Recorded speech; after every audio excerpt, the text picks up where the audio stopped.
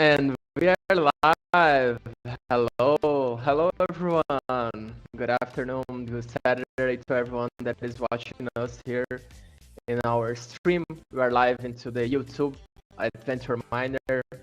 This is going to be a live stream of demo days, of pitches, a lot of knowledges around the tech community here that we are building with the help of the Artizen Fund and also the AI Collective.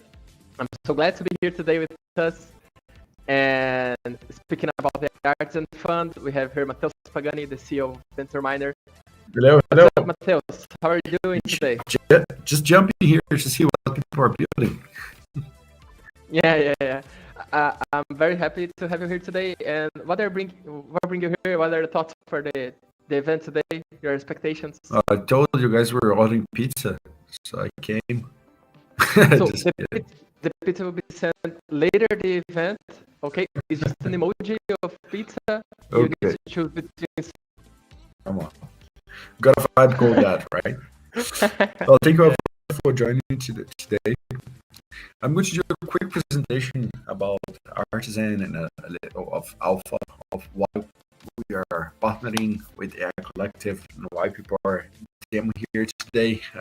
We are going to see a lot of good quality presentations. But before we begin, just get the background music out. Okay, that's good. You can hear me better now, right? Yeah. Good. Applied your project for Artizen already. And then you are wondering, why should I apply? What is Artizen about? So this is a small fund. Artizen, you might be very acquainted with it already. Your project might be here in this list. In season 6, we have 47 projects competing for votes from the community. There's still 2-3 weeks going. The sale should end. They say 14 days, but might take more than that. Might take 3 weeks or so for writing, and then we start the season 6 curation. There is still time. The votes are still going. You can get community feedback. You can get judges to vote on your project. You can get your friends, your users to vote on your project.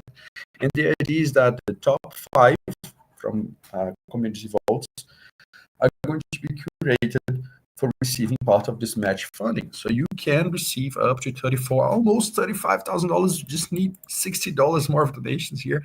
And then we have 35K, a huge milestone, that is going to be distributed as match funding for these projects. Just so you know how it works, on season 5, we had projects with more than $100,000 in sales. So every dollar that you make, you receive a little more of match funding and some prize money from the pool for each dollar that you make. So depending on how much you sell, you are going to receive the cap, like the future zoo, $105,000. I will need to have like $500,000 to match this. I don't, so they are only receiving $6,000 a match, which is kind of cool. But there are other projects like ESB, like Tap Ants that are receiving less than what they sold because they are receiving the match funding proportionally to what they have raised for their projects. So this is a very good engaging methodology for rewarding your project, not only for submitting, but for actually having traction. So this is the whole idea behind the fund, behind how Artizen works. And I'm going to share a bit of their recent launch. They launched endowment, platform level endowment, not only for venture miner, but the whole platform level endowment with the ART token that is valued more than $5 million. They're growing fastly with this. And just so you know how it works, how you understand, you can go for Artizen Fund and get this full information there. You can, just one second. You can get the full information there in the artizen.fund. You can get the playbook, you can get the information there. And then find this chart down here, super cool, that they explain how the capital is flowing from the endowment that right now have $250,000 in prize pool to be distributed for season 5. You see 33 days left, so it's give or take 3 or 4 weeks. Some of these funds are going through the venture minded funds, like $34,000 going directly to this fund, one of the largest funds that they have right now, funding all of these projects down here. Could be your project, and your project can receive money from different funds as well. So it's a very good economy model. There's no reason for you not to apply. It's for free. You can participate. You can vibe code your project. You don't need to be technical. If you're technical, it's even better. You can just join, start getting community votes, and for you to get curated for participating, the only thing that you need to come here, pitch your project as a way for eligibility. You should join the community, pitch your project. It should be a working prototype, MVP or demo. You should participate, and the judges here should approve your project. If they do, you are in. You can participate. Okay, so I guess it took more than 5 minutes. Sorry for that, but that's that explanation. We have a great partnership with the AI Collective now that they're helping us to get good demos, good founders to participate, good judges, and maybe even access to investment opportunities. We're going to announce that as soon as we have that settled. And this would be a great way for bringing your project they are presenting to actually have some traction in the market, or maybe even get exposure to venture capitalists inside the collective. So that's a great opportunity. Thank you all for joining today. Thank you all for participating. Thank you all that are watching this video at the stream or watching this video later. I would love to have you involved in the project as well. Yeah, so a lot of problems are being solved before the vibe coding process. We need to hire a team to code our project. Now we have also, besides the tool to have the coding part, we have also curation to have investment inside of the tech community. And you just need to pitch with us, fill out our form inside the Luma page. I will present this after Mateus leave. And then we can have our best in other coworker here. Augusto, are you there? Yep, Yeah, yep, we're I'm good. here. Oh, Glad to be here, hello. guys. Good afternoon, Augusto. Good Happy afternoon. to have you here. I know that you were talking with the other judges, talking with the teachers for today. So we have everyone in room today. The house is packed finally and thankfully. So Mateus, thank you for your participation. I'll let you guys run it. I'll be in the backstage. If the pizza arrives, call me. Okay, perfect then. Nice, nice. Augusto, how are you? This is our fourth event, I Yep, guess, fourth with event, the Artizen. another Saturday, pumping good projects, hearing feedbacks from our incredible judges. They're all here, down here, waiting to be presented. Let's just give a quick talk about our calendar, and then we Yeah, can just start. Can you perfect then. can you pull the I'm screen up, Peter? I'm doing this right Yeah. now.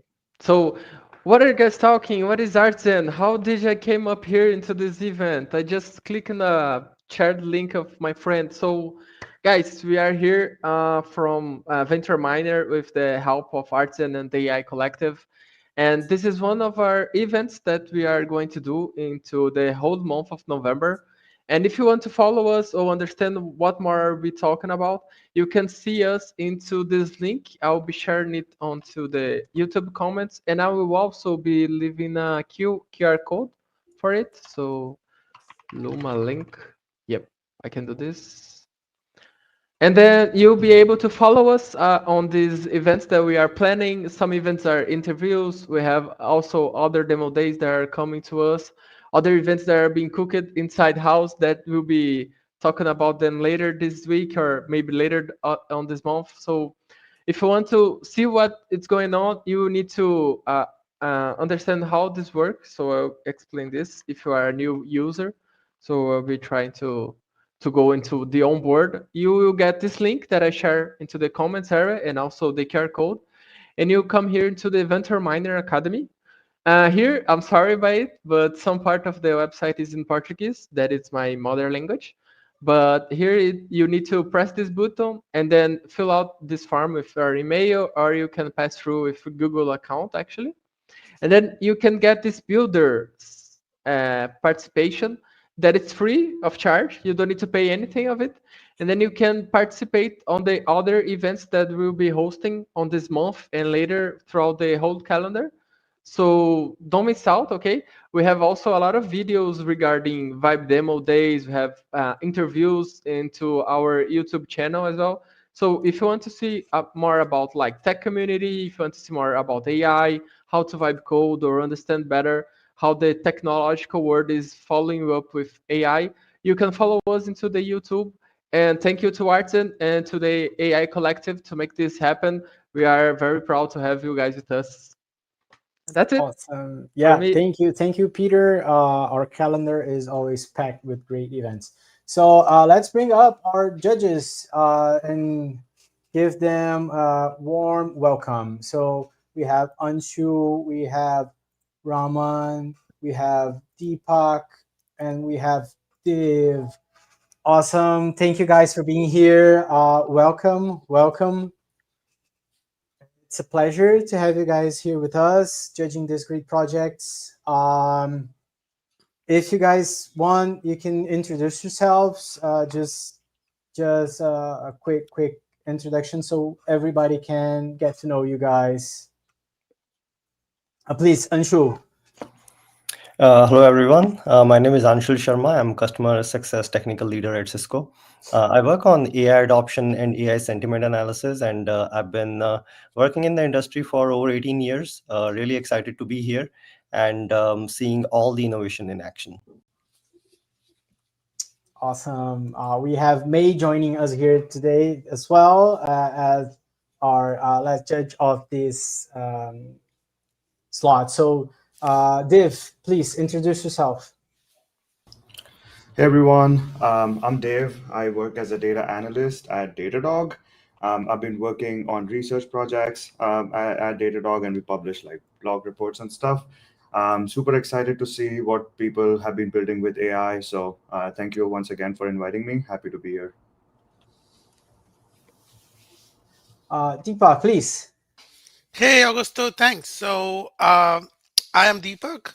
I work as an executive director and a principal at Wells Fargo, and I've been building high performance computing, electronic trading systems, and low latency. And now we are looking how we could, a lot of opportunities exist for AI adoption in the space. So I'm looking forward to seeing some great demos today. Thank you. Awesome, awesome. Raman. Hey, hi everyone. My name is Raman, and I'm a staff software engineer at LinkedIn, where I work on privacy-first mobile infrastructure. And over the last 12 plus year, I've been building large-scale mobile systems at companies like Google, Snapchat, Samsung, with a deep passion for developer tools. And I had the joy of judging and mentoring at various hackathons like Cornell, UC Berkeley, Johns Hopkins, and I truly enjoy seeing the creativity and the bold thinking teams bring to these events. So I'm excited to learn from your ideas today, and wishing you all the very best and showcase what the team have built. Awesome. May, please introduce yourself. Hi, Gusto. Hi, everyone. My name is Mai. I started Internet Backyard a month ago. We democratizing compute through finance and streamlining AI coding, billing, and payment processing for data center. We just raised 4.5 million on 25 million posts. Before that, I was at Sanctuary AI building humanoid robots.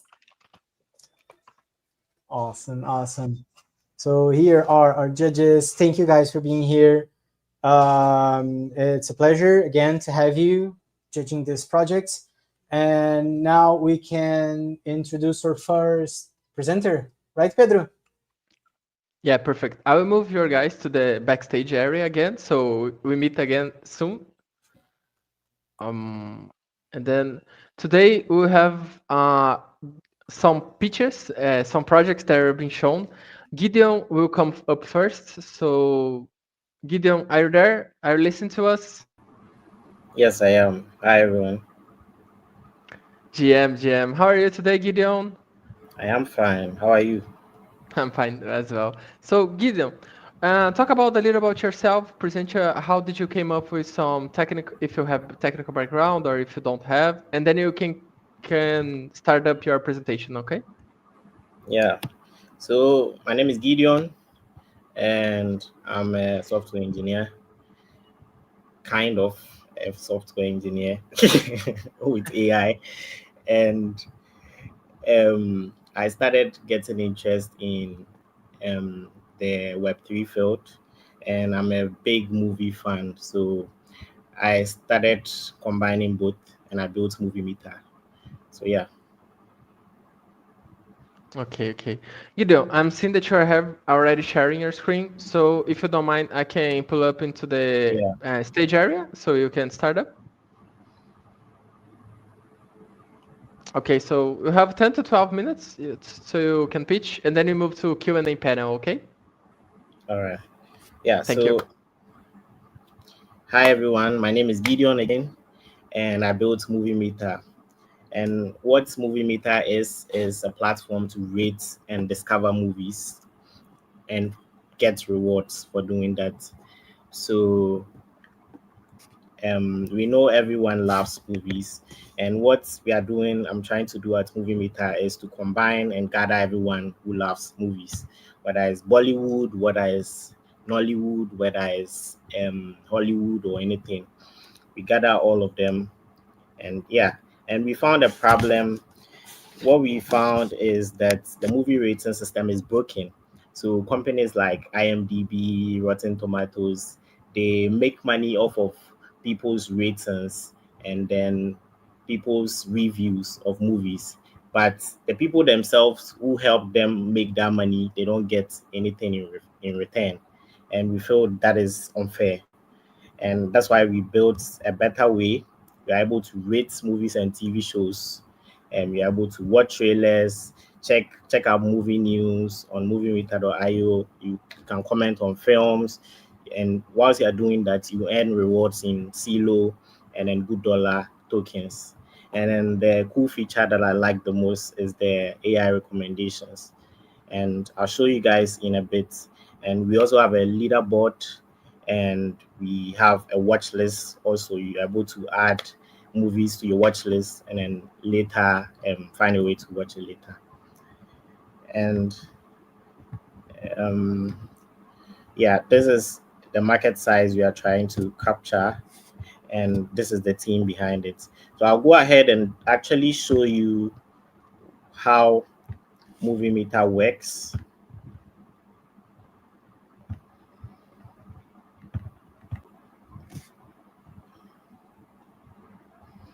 Can you see my screen?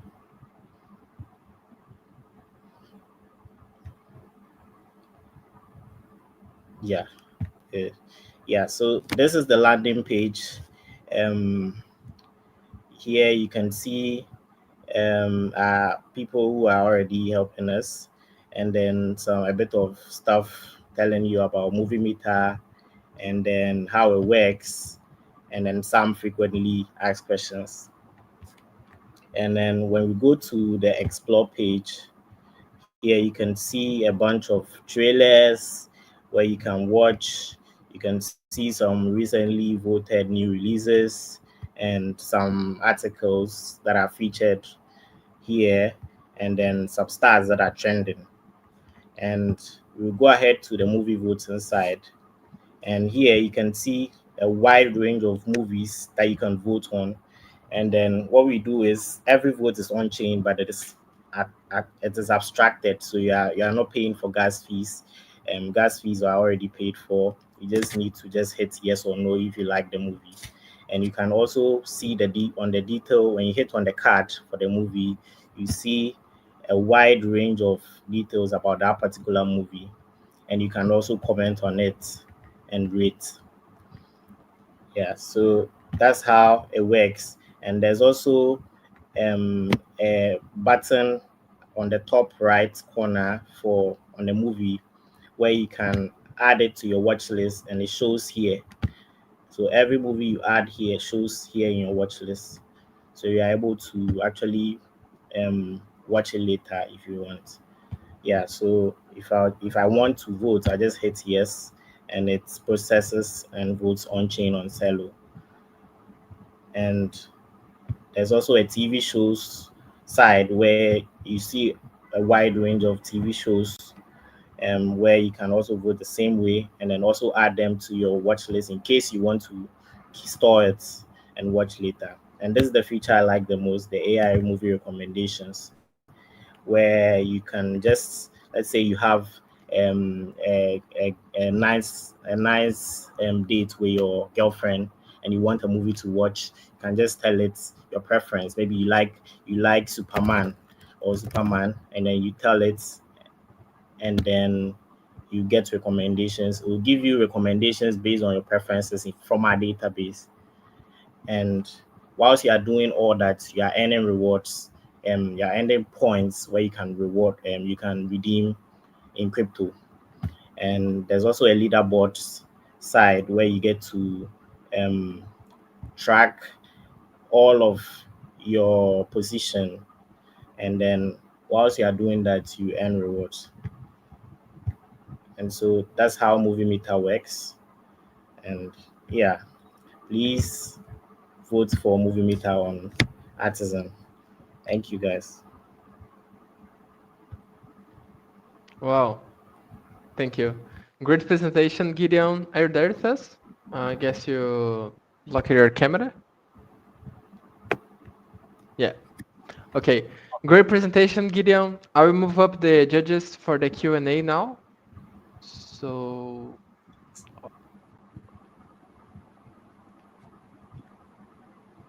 Perfect. that's all of them? Yep. No, that's the better. Yeah. Sorry about that. Misclick it. Anyone that wants to come up first, I will move up into the top of the list, and then you can shout your question to Gideon. Then I'll move you into the bottom as soon as you give your question. Okay. Me and Augusto will be down here into the backstage area. So if you need any help, you can talk to us.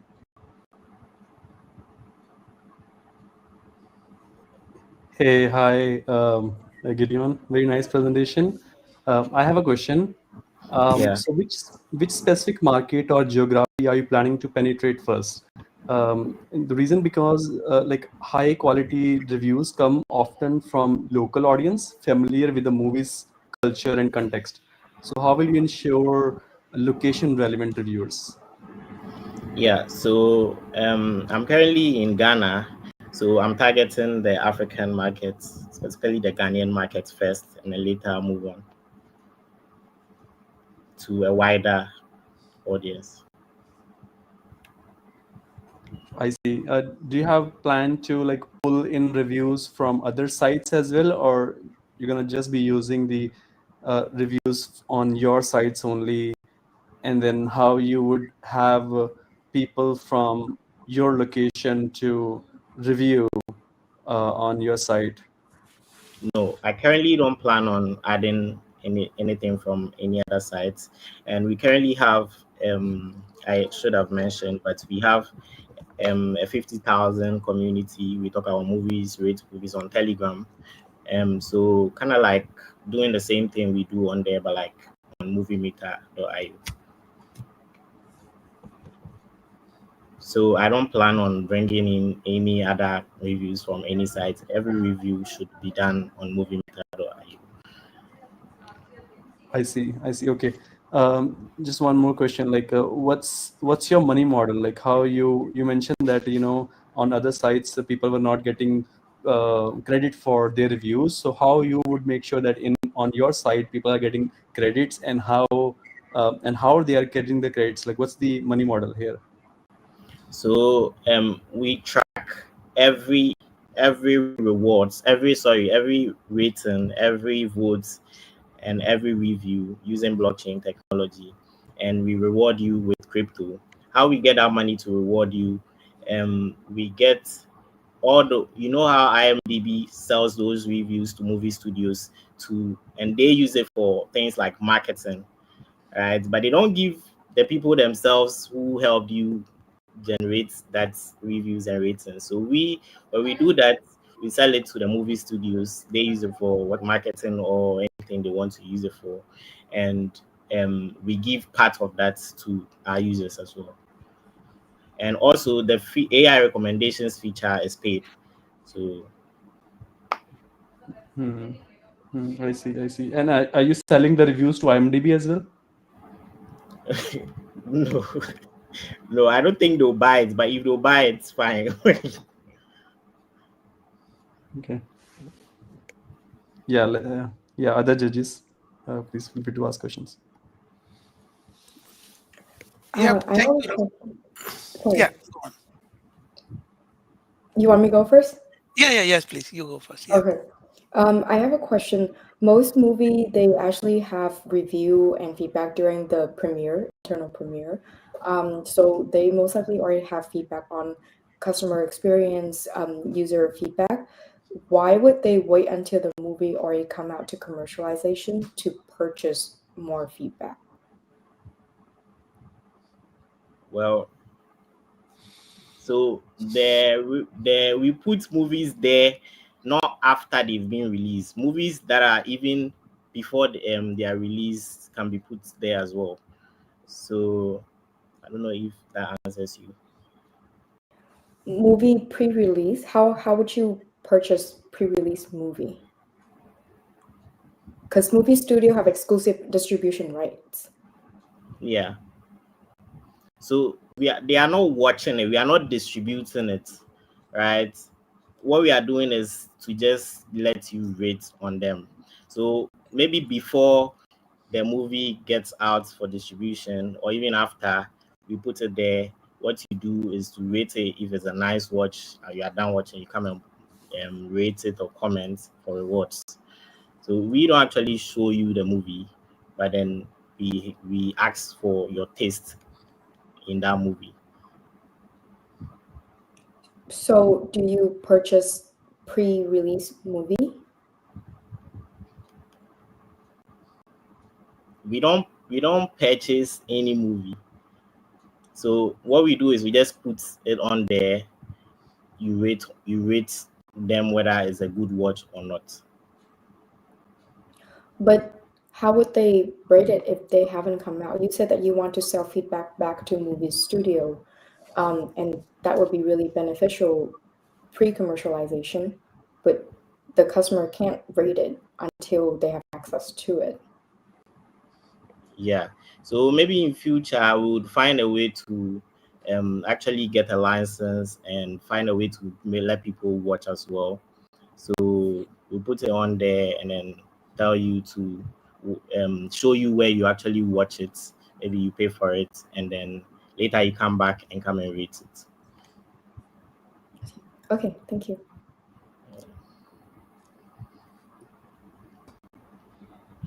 I had a question.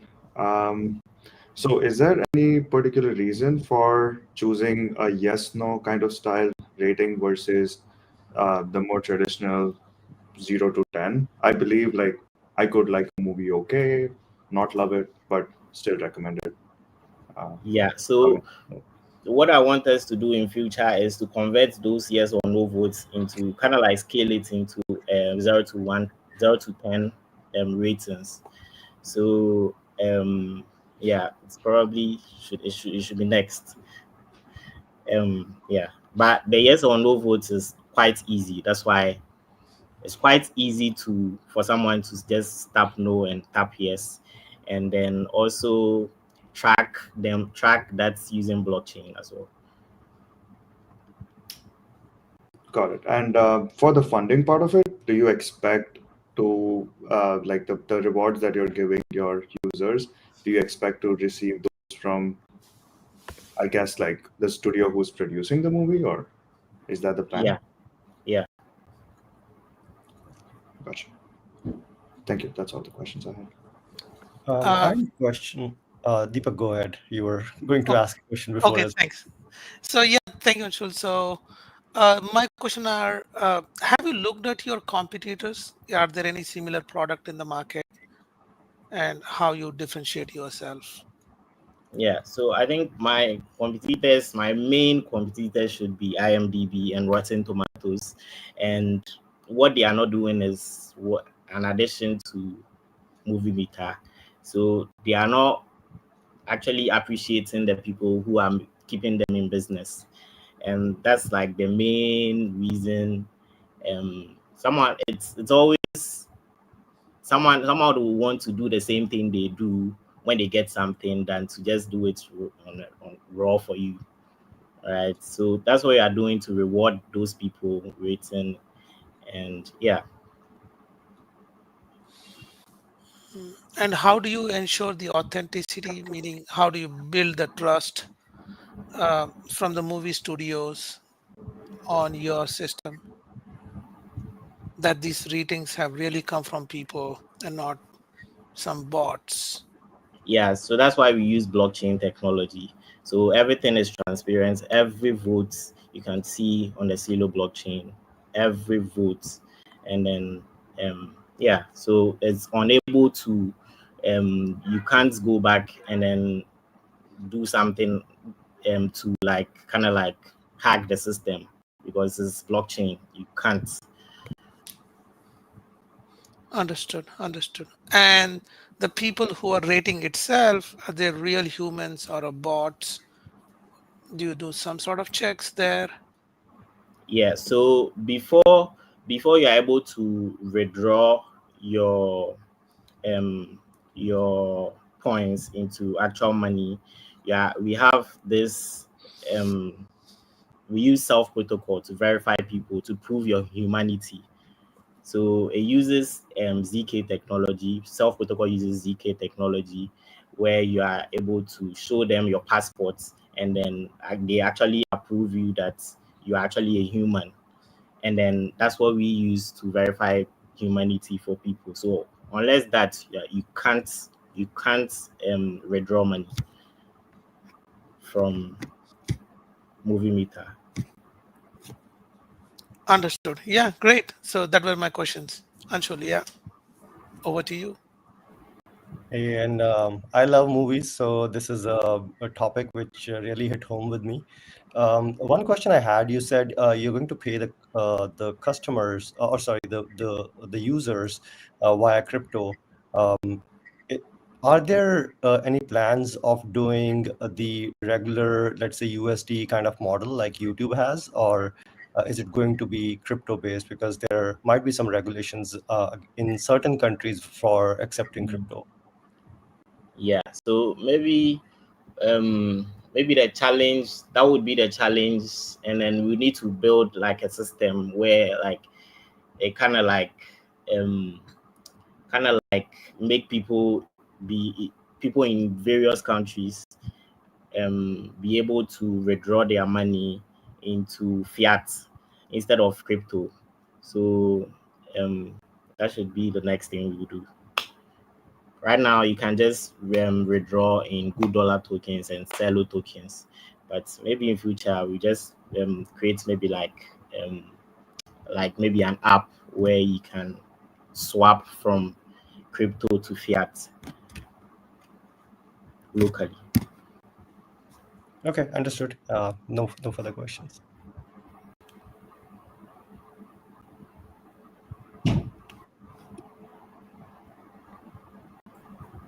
That's amazing. We have a few questions in the chat as well. Thank you everyone that's following the live. So we have a small question from Bing Bing asking about copyright issues. Some of the judges asking about this as well. Have you thought about this for your project? Yeah, so yeah, I've thought about that as well. So that's why I want to like work closely with the movie studios, and it won't be kind of like um I mean, I can't be legal issues involved. So I want to work together with the movie studios. If it's a license I need to take, I would find a way to take it. If it's yeah, so That's good. It's always good to get these questions sorted out in the ideation stage, right? yeah, yeah, I know. Wonderful. Any other judges with questions or any closing remarks before we go for the next demo? Side by side here. If not, thank you, Gideon, very much for presenting project. Thank you everybody. Progress so far. Thank you. A quick question here in the chat about the stream itself. If you're watching this stream and if you want to present, you can go for the Luma page I sent here in the chat a while ago, and grab one of the slots. We have tickets for early, mid, and late slots. We had a few cancellations, last minute cancellations for the mid slot, so you might be able to fit in. I cannot guarantee, but if you apply there, we can pull you at the end. And I see Christopher there. We don't have a video chat for the participants watching the streamers, but please, Christopher, I know that you have more than 10 projects. So feel free to submit one of your projects to pitch here. I would love to see you demoing your project to participate in Venture Minded Fund, the Vibe Coded Fund with Artizen and the AI Collective. Would like to thank all the judges. Please remain here. We're going to have the demo. We're going to have about 2 in this slot, if possible. I'll ask Pedro and Augusto to take it from here. Yeah, thank you, Matheus. So again, I'll move you judges down into the backstage area. Thank you for being here and for your thoughts into the Gideon project. Augusto, awesome project. Great Awesome project. Yeah, I love movies. I always get confused about the actual where does the rating comes from, and yeah.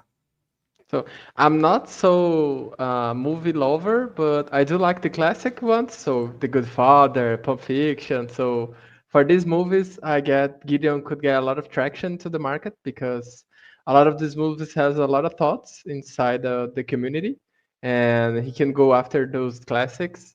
Maybe he can get more traction to it. Yeah, awesome. Yeah, I completely agree. So let's call our next presenter. And that would be Robbie or Gentian. And if I'm not mistaken, for me it's Gentian. Yep. Awesome. Welcome. GM. Hello. Can you hear me, guys? Yeah, we can hear you fine. Yeah, we can do in video online meetings. No problem. So happy to have you here. Thank you so much for participating with us. Thank you so much for being here after the most of emails that we changed throughout this week. Do you want to say something about yourself? How did you came up into vibe coding? How did you came up into the project? And then later we can come into your pitch part and after the Q&A. Yes, of course. So first of all, thank you for the opportunity. I'm Gentian Elmazi and I'm a co-founder of Infinite Code AI. By background, I'm a software engineer, but last 7 years I've been a serial entrepreneur and have some previous exits. Today, going to present Infinite Code AI. It's a developer tool that we have been happily building and trying to find, let's say, a solution for the code reviews that take up many hours of developers. And how I came up with the venture mining is through Luma, to be honest, since we've been pitching and demoing our project into multiple events. I saw this as a good opportunity and here I am. Yeah, great to see someone inside of community coming up into the pitching area. I know it's very a lot of people that are eager to be here into this position. So thank you, Jitian. We are happy to have community builders inside of us. So you want to share your screen already? Yes, of course. Let me. Okay, I'll do entire screen, I guess. Just. Okay, I won't show up because we would be seeing the stream. That would be seeing the stream. That would be seeing the stream. Yeah, that's better. All good, huh? Yeah, perfect then. We will be down there into the backstage, okay? Yeah. Okay, perfect. Yeah, good luck. Great presentation. Good luck. Thank you very much. So, yeah, let me go through the slide deck. As I said, I'm Gentian Elmazi, co-founder of Infinite Code, and we help developers do code reviews in seconds, not hours. I want to tell you a story. Most developers at least spend 5 hours per day reviewing their code rather than creating new code. And this inefficiency costs companies at least 100 hours per month. So if you calculate that with an approximate of $50 per hour, that would be 5K per developer is wasted in reviewing code. And if we have like a 100-person software development team, that means 60% of their budget. This happened to our business. That's why we created Infinite Code AI. In sense, Infinite Code AI helps you find bugs, code performance issues, and suggest fixes. But it's not only developer productivity that we are tackling here. It is as well maintaining a modern infrastructure when it comes to security, when it comes to integrations, when it comes to synchronizing your team, what is happening, what is being pushed in production, and so on. As I said, Infinite Code AI started as an internal tool, and once we saw that it solves our own issues, we pivoted it or commercialized it. And today, 2025 has been amazing so far. We have more than 20 companies that are using Infinite Code AI. More than 300 users have been registered in our platform. There are 1,000 code reviews that have been conducted by our AI models, and more than 2,000 repositories Infinite Code AI have been installed. And people love us, from the open source community to the private sector. Infinite Code AI is the ultimate tool out there in the market when it comes to AI precision, such as giving the right reviews or meaningful reviews, code reviews to the developers, but as well through the combination of features such as the Code Explorer, which we will see in a bit, compared to the other players in the market. And it's built by an amazing team. As I said, both me and Agon, we are co-founders for more than 7 years, serial entrepreneurs with previous exits, but as well bring a team of more than 35 years of experience, professional in their fields, and which comes as software engineers with same background. And solely GitHub has 4 million developers registered. Infinite Code AI will be free for startups up to 3 people. For the open source community, we want to give back because we are built from the open source community. And for bigger teams, it will be per user per month revenue model. To date, we have been backed by Plug and Play Accelerator. We're asking 1.5 million. And these funds will be used for business development, sales, getting SOC to compliant, and we expect within 12 months to have an annual recurring revenue of 1 million. So thank you very much for this opportunity. I'm going to head back to the application itself. So Infinite Code AI seamless integration with GitHub. We have one-click login with GitHub where we are navigated to the dashboard, which I have already logged in. And within the dashboard here we have some statistics such as review statistics, repository activity, feedback, and so on. If we navigate to the repository level, we have created a demo repository.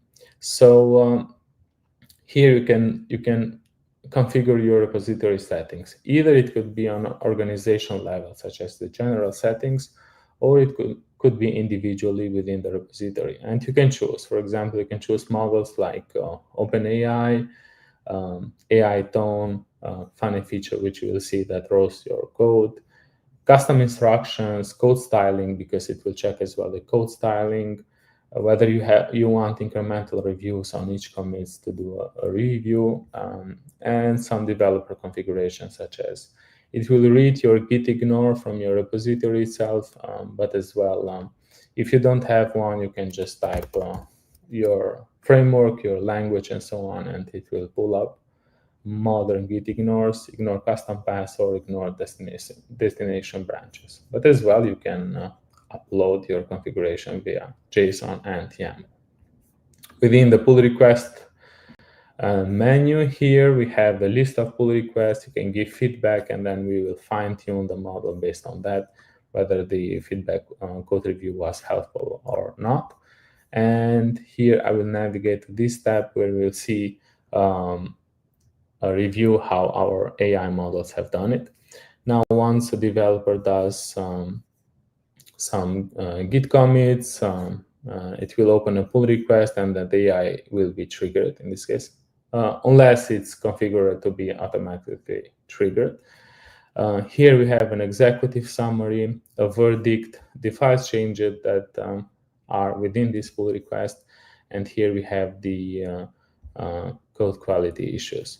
So for example, for this pull request, which is a security issue, the AI models or the Infinite Code AI have been identifying, for example, we have an arbitrary command execution on this one, and has suggested that we replace exec sync with append file sync. Major severity in this case, which developers, I would say that they would ignore it in this case, due to this is, let's say, a simple response. However, we have actually returned back the whole error stack, and this can lead to information leakage in this case, and identifying like weakness and vulnerabilities. So it has suggested that we override that one. And as well, it has linted or checked for code styling issues. This is the hot, let's say, code roasting, where it says this search feature is like using a flamethrower to light a candle. It's something funny that we have added there. But it's not only that. You can actually, we have the AI agentic chat, where you can ask questions in the level of the code reviewer itself, such as what problem this PR solves, or are there more efficient, simpler alternatives that are worth considering? Or you can tag and say, are the docs, comments, change logs updated? So we know that we have to maintain, let's say, an up-to-date documentation for our repositories, code repositories, and so on. And yeah, don't forget to say thank you, otherwise we won't respond to you. Going further, we have integrations. It's very necessary to synchronize your team communication. Everyone in the team has to know what is being pushed in production, what is being reviewed, and so on. So we have integrations with Slack, with Discord, and it's seamless integration where you have all the information that is happening within those code repositories to your communication channels. Security alerts, in this case, maintaining a modern infrastructure where you can update your packages, you can have a inline up-to-date infrastructure, let's say like that. And our Code Explorer, this is one of the, let's say, most proud features that we have built to date.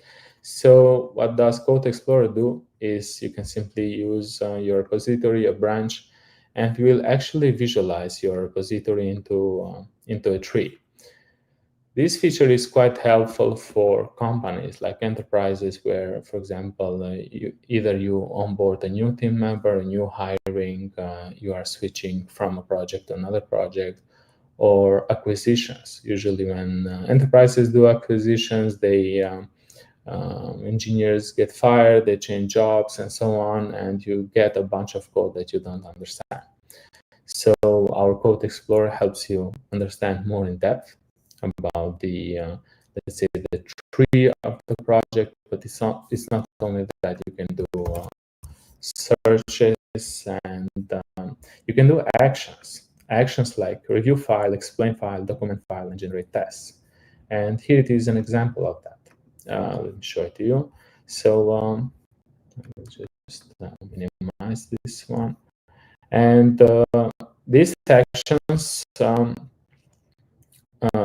let's say that you are on open source repository, and we all understand that open source have to maintain, let's say, up-to-date documentation due to other people are integrating your tool, and it must be up to date in order to, let's say, be used.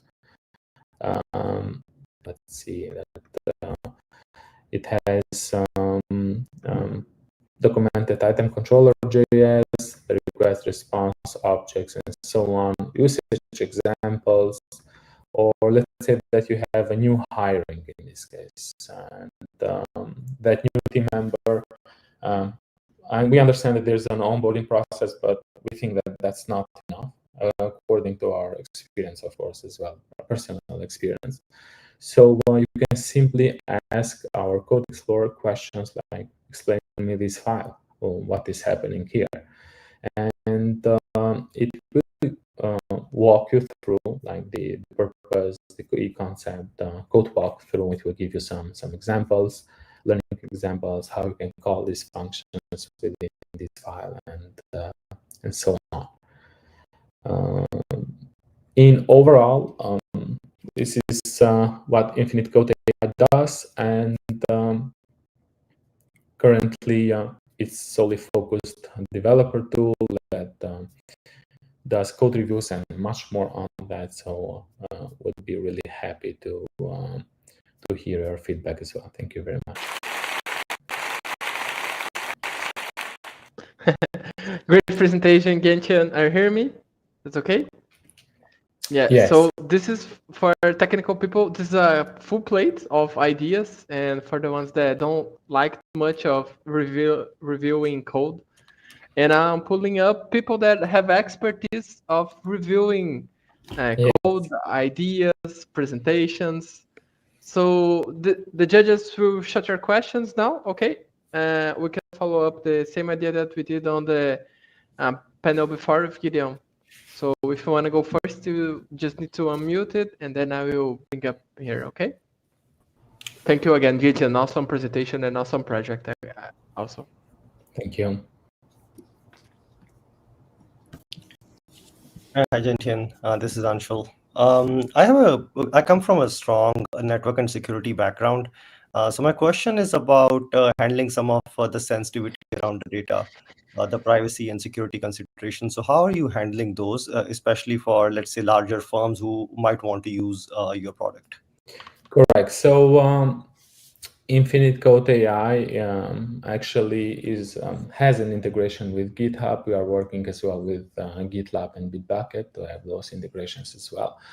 So for larger enterprises, we do have an enterprise version where you can integrate within your systems. We understand that there's privacy issues, and it's not easy to let's say have third-party vendors. So we do have an enterprise version. In terms of like privacy, we don't store your code. We simply do a code indexing process where we create your repository as a knowledge base, and that's it. Infinite Code AI does not store your code. We do context modeling and code indexing, and then simply on that we do the reviews. Yep, makes sense. Thanks, Gentian, for answering. So no further question on that. Thank you. Hey, hi. Sorry, go ahead. Hey, hi, Gentian. Very nice presentation. Thank you. So offering free access to open source projects and small startup is a way to build, trust and gain adoption. So that's a very good idea. Thank you very much. So I have a couple of questions. I'll ask only two questions. Which unique features distinguish Infinite Code from other AI-powered, review tools integrated into GitHub? So what's your distinction? So we have benchmarked against our competitors, to be honest, and we focus a lot on the AI precision itself. So lately I read an article where it was saying we fired our first AI agent, and unfortunately it was CodeRabbit in this case, because the review that they did took more time to review that rather than doing a software engineer to do that manually.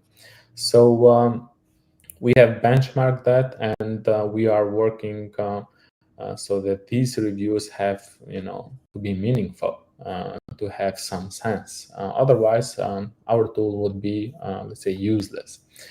And to ask your other question in this case, the features that we currently have, such as the Explorer, is quite unique out there. Our Code Explorer is something very unique, which no other competitor has. And we're quite proud of it because this feature, as I said, it really helps. So we've been talking with a lot of enterprises lately, and this feature really helps on, let's say, daily processes, daily jobs, because usually enterprises have big projects, let's say 200 megabytes repositories, or we are talking with enterprises that have 40,000 repositories, and this is really painful to get onboarded there, to understand the company culture if you are a new hire, or simply if you are switching a project. So I think that the Code Explorer really helps on that sense. Got it. Thank you. I have one more question, but I'll let other judges to proceed, and if we have time, then I can continue. Yeah. Of course. Yeah, so I have a question. Very nice presentation. Really liked your deck, the way you presented stuff. Very Thank you impressive. very much. So I have two questions. So the first question is, what is this limited to PR only, or someone like me would want to use this for whole repo itself? Do you support that? Correct. So currently, we are supporting code reviews on repo level. However, we are updating the Code Explorer itself so that you are not limited to only files, but the Code Explorer will be like a, let's say, knowledge base of your repository, and you can ask all sorts of questions. Where is this function?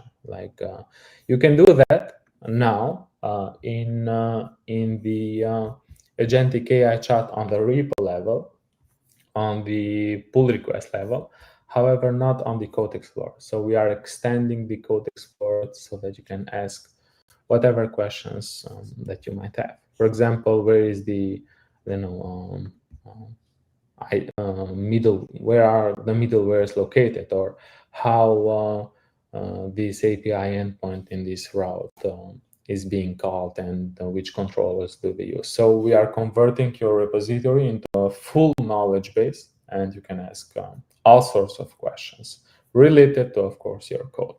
So have a meaningful conversation with your code. Oh, And yeah, nice. that is that's strange nowadays, but it's true. You can chat with your code. Oh, great. Yeah, we are moving in a great world. Really exciting. Thank you. And so it could so happen that as a developer, he could either like the suggestion or may not like the suggestion, right? He doesn't want these, although the tool may suggest something, right? Every developer Correct. has their own way of doing things and he would want to stick to it. Not only developer, but even at the enterprise level also, there are some rules. So in which coding guidelines, and is there a way I can impose that to the tool and say, you know what, I Yes. like your suggestion, but in this form we want it to be this way, and do Yes. not pop up the same suggestion next time, please? Yes, correct. So either you can do on a repo level, or you Mhm. can do on the organization level, on the general settings, which I'm here. So what you can do is, let's say that your company prefers to have, not prefers, but enforces, let's say, a coding culture or coding styles and so on. You can simply do that, or you can add custom instructions. For example, with one enterprise, we had a very interesting discussion. Their code was in German, and they were, let's say, extending to English-speaking markets, but the developers didn't speak German. So what you can do is that you can add those custom instructions here to say that the code reviewer should always follow an English language. Or you can actually, with one customers that we are talking, they prefer the standard PEP Python, let's say, code styling. You can simply do that with the code styling here. You can, for my functions, I'm using camel case, let's say like that. I mean, in a REPL level or org level. For my classes, I'm using Pascal case. For variables, I'm using, let's say, camel case. For constants, I'm using screaming snake case and so on. And this will enforce our models to actually review on that level. We saw here on the REPL level, on the pull request level, that the code styling itself, for example, variable YAML leaf should be screaming case because we have configured that constants should be screaming case, and so on. Hope that I answered your questions on this one. Yes, you did. And does it learn through the way over a period I want to turn something off Yes. and on, and maybe the next time it will not pop the same suggestion again because I have turned it off?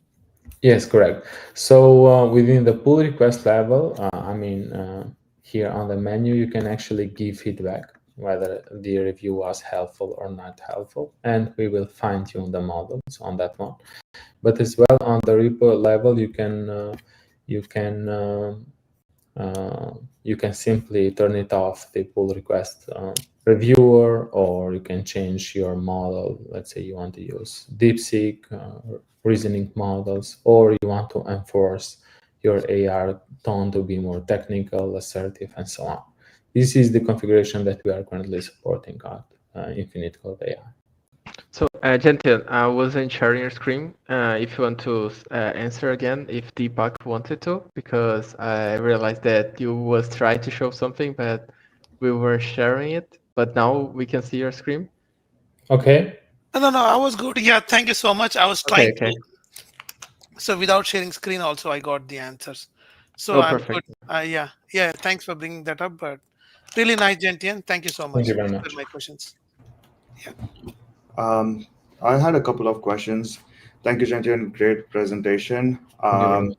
So we've been using like Codex and different AI tools for like that are integrated with GitHub, which sort of like once you push the PR, they sort of do the reviews and give you like a detailed feedback.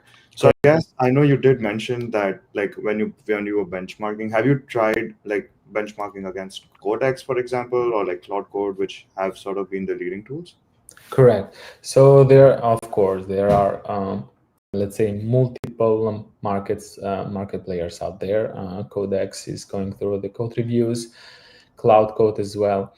Now, I don't want to be, let's say, egoistic in this sense, but Infinite Code AI has a very sophisticated, let's say, backend where we do context modeling and code indexing. And Codex usually use grappling, so it takes ad hoc files from your and the context of the review might be lower when it comes to, let's say, precision itself. And we use same tech behind, just like Cursor. So we've seen that Cursor is quite amazing as well. Their editor is quite amazing. So we use same principle. So we do context modeling. We have our own racks on the backend, and we do code indexing. And based on that, those calculations, those let's say processing, the reviews are quite more, let's say, precise when it comes to other competitors. Gotcha. And I know you did mention a couple of times that you're doing these reviews at a repo level.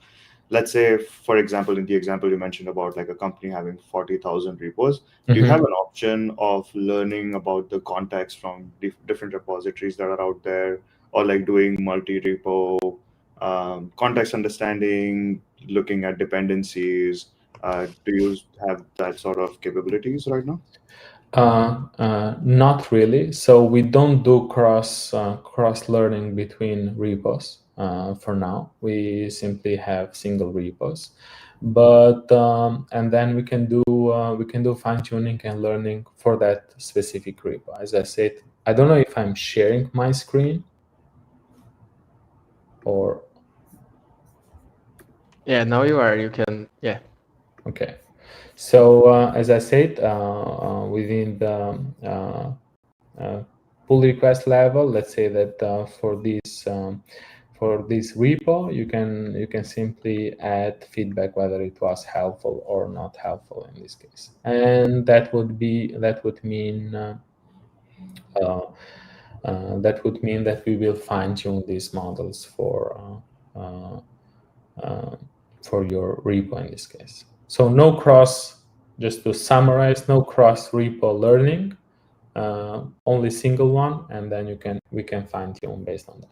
Since we've had these scenarios before, for example, we have enterprises that have created their own frameworks. You cannot find any documentation online. It's simply an internal knowledge, and that's why we have done that, so that you can fine tune, and the models will be way much more precise when it comes to a long-term, let's say, using of the tool. Understood. Thank you for that. One last question, and this is just out of curiosity. Of Do course. you does your code reviews do I don't know, code level vulnerabilities exploring, or like looking for vulnerabilities in a code? I guess that may be dependent on the web to see what the recent vulnerabilities are. Like, just curious, do you do any? Correct. So our reviews are in, let's say, 4 points being reviewed. And of course, it's code level. So we check for performance issues, for security issues like vulnerabilities, and bugs, and code styling in this case. But as well, we are upgrading our security module here, where we will cross-check through, let's say, exchange vulnerability, let's say, indexes or websites, whether this is whether our findings, and cross-check them with these, let's say, exchange websites, cross-check these security findings, so that we see whether this is something that has been patched, and to give you more solution. So the security module currently is, I would say, basic, where it checks only for the packages and your versioning, let's say like that. But in the future, we are upgrading it. Currently, Infinite Code AI focus solely on developer tools as a developer tool, and we are operating on the code level rather than going towards a security tool. Gotcha. I know I said last question, but I promise this is my last one. In terms of like the pricing, I know you said you had a few tiers. So like, let's say, do you have like a token count limit or context limits at all? No, not at all. So free for startups up to 3 people, free for open source, like open source gets the pro level.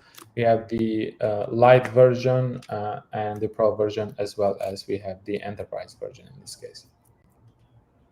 Okay. So is that like, does it cause your company to lose any money, let's say, because like I'm guessing you have to pay OpenAI or like those models? Correct. Yes, correct. Of course, we do have to pay that. However, we do use as well open source, let's say, models like DeepSeek, and they're hosted based on our infrastructure. But you are correct. We do pay for the token usage. For the enterprise levels, you can bring your own, let's say, enterprise-based ChatGPT or OpenAI keys, and then we will simply, let's say, configure our infrastructure on yours, and then you can use it internally. Oh, that's a great feature. Thank you. Awesome. Thank you very much. That's all the questions I have. Appreciate. Thank you. If I'm not mistaken, Raman, you have hold one question. If you want to shout out now. Yeah, I think my question got covered with other judges already. Okay. So yeah, I was thinking kind of the same thing. So yeah. Okay, perfect then. So, Gentian, thank you for coming here today with us. Thank you for your presentation. I love the project. Thank Let you me very check much. because I have the feeling that we have questions inside the YouTube chat. Yeah, we had. So, Bing Bing said, if I want to integrate the Infinity Code functions to my own application, would it be possible? So currently we're not supporting, as I can see, these are two related questions from Bimbin, and I will answer them both.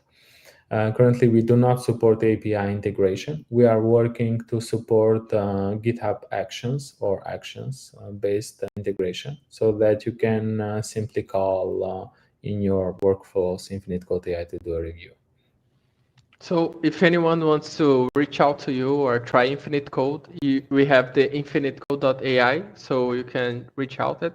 And then also the Infinite Code is going to do to the curation for the Artizen Fund of investment. So thank you, Gentian, for presentation. Thank you for your as well. project. Awesome idea, very awesome idea. One of the best projects that I've ever seen here. As a coder, I'm not a expertise. I'm not a software engineer or anything like that, but I like to code, and my favorite part actually is reviewing code. So it's great to have like other tools, new tools to do this kind of job. And thank you so much for being here. In Thank you, appreciate. Thank you very much for the opportunity, for the great questions. It was a pleasure to be here, and looking forward to the other startups that will be. Perfect. Then, Cheers. so bye-bye. So for the judges, we will come up into our next panel of judges. I would thank you all for coming here today with us. Augusto. Yeah, thank you. Thank you, guys. I was just talking to the next panel of judges, briefing them, and now I'm back. Thank you guys for being here. It was a pleasure having you guys judging with us. Do you guys have any last words that you guys want to convey? Shout out to socials or anything else? Dave, please. Yeah, this was a great opportunity. Honestly, this is my first one judging such an event, so super happy to be here. Thank you for the opportunity. It almost I'm gonna go back to the YouTube live and watch the rest of the presentations because honestly, they've been great ideas. So thank you again. Good luck to all the participants who presented to us and to the future participants as well. Thank you. Awesome. Thank you. Thank you for being here. Anshu, would you like to share something? No, I just would like to thank you for the opportunity, and it was great seeing all these innovators in action. And as they've said, I'll also be tuning into the YouTube channel to listen to the rest of it. Again, this is a great job you guys are doing. Thank you. Thank you. Raman. Yeah, just thank you so much for the opportunity. I have judged like so many hackathons in the past, and the experience here was like totally different. Learned so much new things. So really appreciate the work that you guys doing. And if you can share the YouTube link, so I can take a look as well. Awesome. Awesome. I'll send you on a private chat. Okay, thank you. Deepak. Hey, Augusto. Yeah, thanks for the opportunity, and it was a pleasure judging. Right, I mean, I really appreciated the way the people pitched in. They kind of knew what they are doing or what they have done, and everything under 10 minutes. Like it was an experience. I really liked it, and wish them all the best, and also to the future presenters too. Awesome. Awesome. Awesome. Thank you guys. Thank you guys so much for being here. It was a pleasure sharing this time with you. And now we will call our next lineup of judges. And bye, guys. See you around.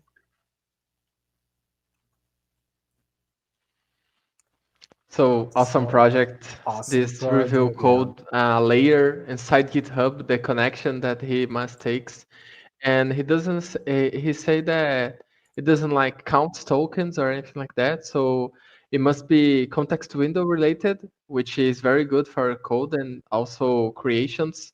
So if you are trying to have like new products here inside the community, you can use inside projects that are being built here to build your projects for the community. So Yeah, that was awesome. amazing project.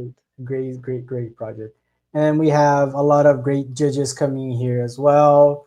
So they are all on our backstage. I'll just pull them up and they can present themselves. Say hi Kriti, hi Gabriel, Arun, Swati. Welcome, Vishal. Welcome, guys. Thank you, guys, a lot for being here. It's a pleasure to have you all judging our next two projects, great projects as well. So please introduce yourselves. Kitri. Of course. Yes. Hi, everyone. I'm Kriti, and I'm based out of Seattle, Washington. I'm currently a strategy and operational professional at Uber. My work revolves a lot around at an intersection of software development. So I do a lot of algorithm development for them, and then with business consulting. So yeah, that's a little bit about me. I'm really excited to be looking forward to a lot of new ideas and yeah, sharing my thoughts. Thank you. Yeah, Awesome. happy to Thank see you you for here. being here. Thank you. If I'm not mistaken, you messaged me on LinkedIn, right? For being here. Yeah, So I'm so glad to have you here, Kriti. Thank you so much. thank you. Awesome. Swati, please, few words. Yeah, sure. Hey everyone, I'm Swati Yamunor. I'm based out of New Jersey, Jersey City. I'm a consulting AI director at Verizon, where I lead the agentic voice solution that they're building out, charting out their roadmap, strategy, and prototyping new voice-based customer service.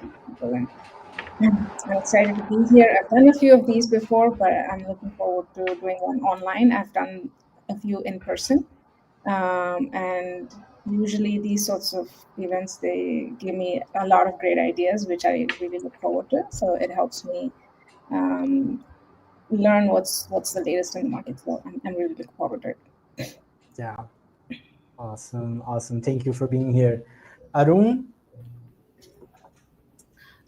Hi, hello everyone. I'm from San Francisco Bay Area, and I've been working as a cybersecurity architect for one of the. I mean, it's not like I've been working for 10. I mean, this is my 12th year with the company. It's called Aryaka Networks. We provide we do this SD-WAN SASE solutions. So I'm part of the engineering team there. Yeah, looking forward to the event. This is first time for me to judge as a judge for such an event. So looking forward to do that. Thank you. Great. Thank you for being here. Gabriel. Hi everyone, I'm Gabriel. You can call me Gabe. I'm CTO and co-founder at a VC-backed startup. We're still in stealth, but we're in the data center space. And in the past, I did some hardware engineering at AMD and some quantitative trading. Excited to be here. It's my first time judging an hackathon. Awesome. Great to have you here as well, Gabe. Vishad, please, few words.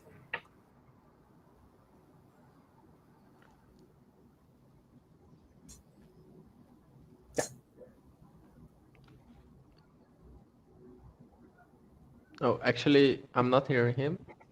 Okay, Vishad, can you present yourself real quick? Can you hear me? Right? Yeah. Oh, perfect. So I'm a global macro quantitative researcher working at a hedge fund.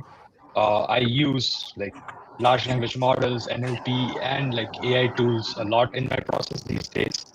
I'm excited to see what impact is that new creative solutions that can be applied in finance or even in fintech solutions.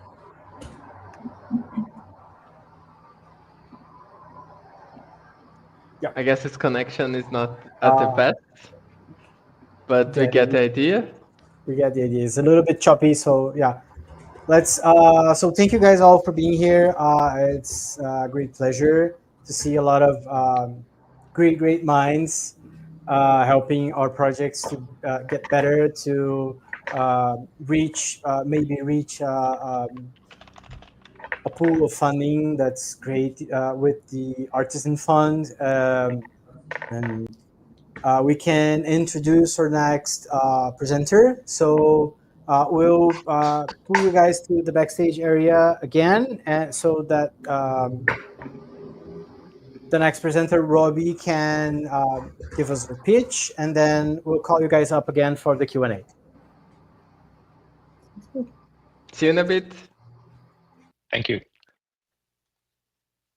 And then we move Robbie up. Hey, Robbie. What's Welcome, going on, welcome. y'all? Yeah, thank you. Yeah, I go by Robbioso is my Twitter handle, but nonetheless, I'm sorry. You're good. It's totally easy mistake, especially since my title card. But nonetheless, thanks for having me on here. Awesome. Yeah, Awesome. it's our pleasure to have you here. You can say something about yourself, a background, how do you came up with your project, and then you can end to the pitch, and after the Q&A. And thank you for waiting until now. Yeah, thank you. No worries. Yeah, happy Saturday, everyone. So yeah, my name is Rob McCarty. I'm the co-founder of Illust. We're a spatial technologies company, and we're powered by the blockchain. So yeah, I just threw my pitch deck on here. That whenever for the screen share, if it's able to, if you're able to, there, perfect. Yeah, I'll keep it pretty tight, and then really leave some more room open for the demo and Q&A. But I'm sure many of you have some friends that are wearing the Meta Ray-Bans, or have kind of played around with the Meta Ray-Bans. You see that you're ingesting all of this data as you're walking around the world. In fact, you're getting a POV from your friends of how they're experiencing the world. With this new technology, this you have a device that is a contextual computer that is basically, it's a camera, and it has audio, and it has all of these different interfaces that's capturing data as you're moving around the world. And so, as we've seen with the record from some of big tech, security is a problem. And so, by being able to give ownership back to the original creators, or the people who are navigating around the world, of their data on chain in a secure way, it's really important to us. So spatial computing is cusping.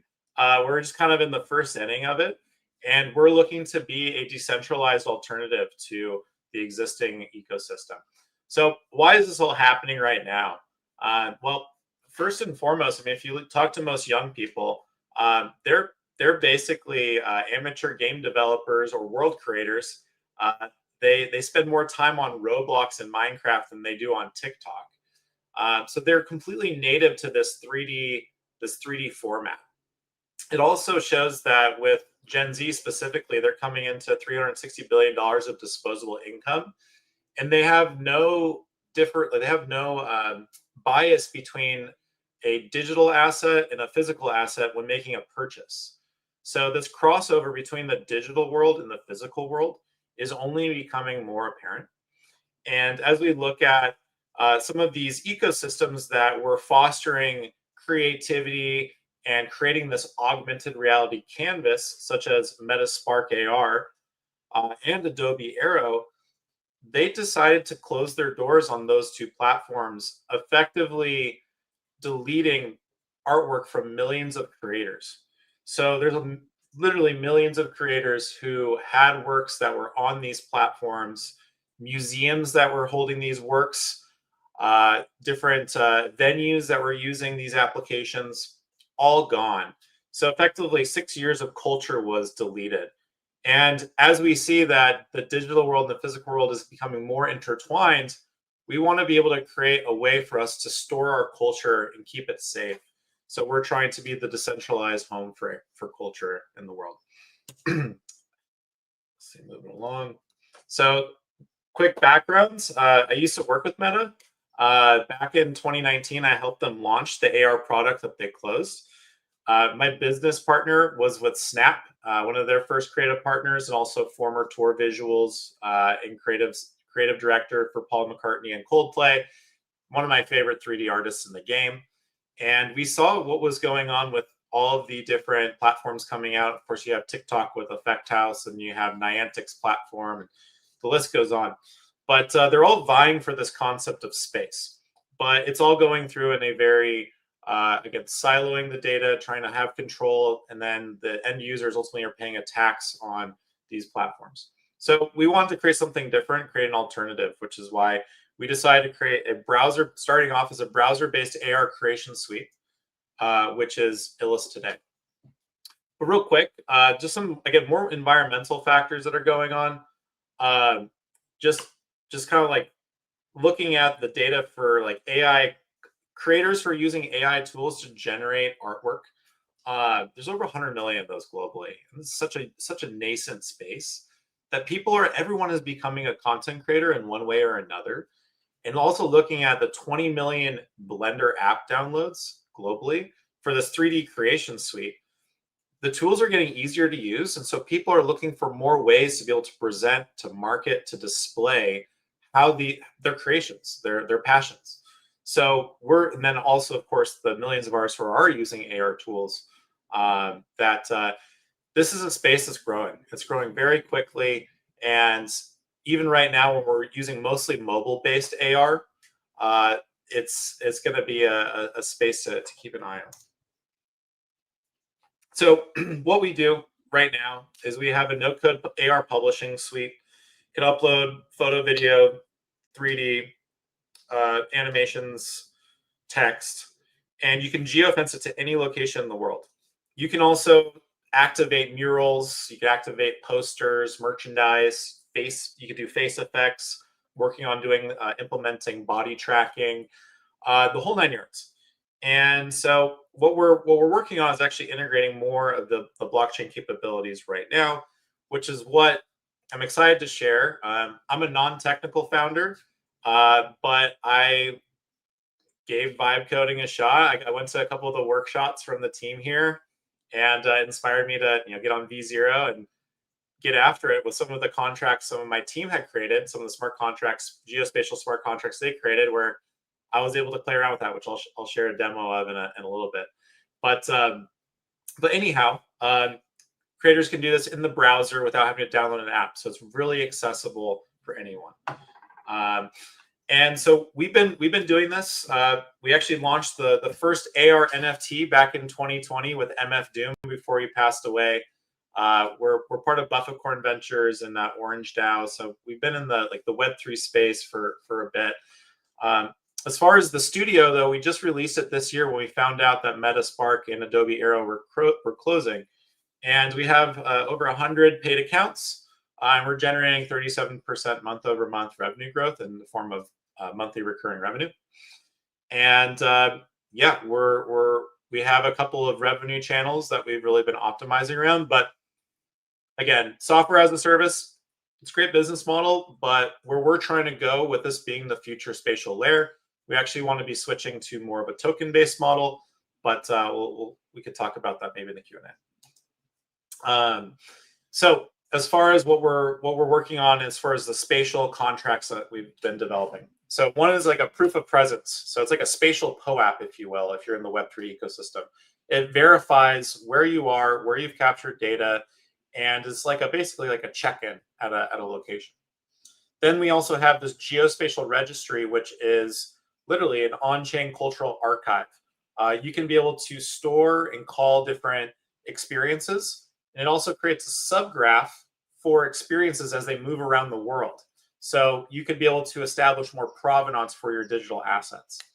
And then another way that we're using Web3 is for the creator rewards. So this would be minting, tokens, loyalty, all that fun stuff.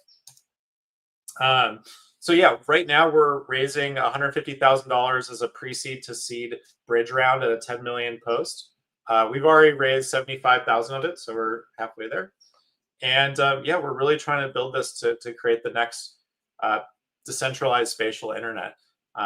So I'm going to change gears over into the demoing side of the coin, so you can kind of get an idea of what we have currently, and then we'll have some Q&A. So, okay.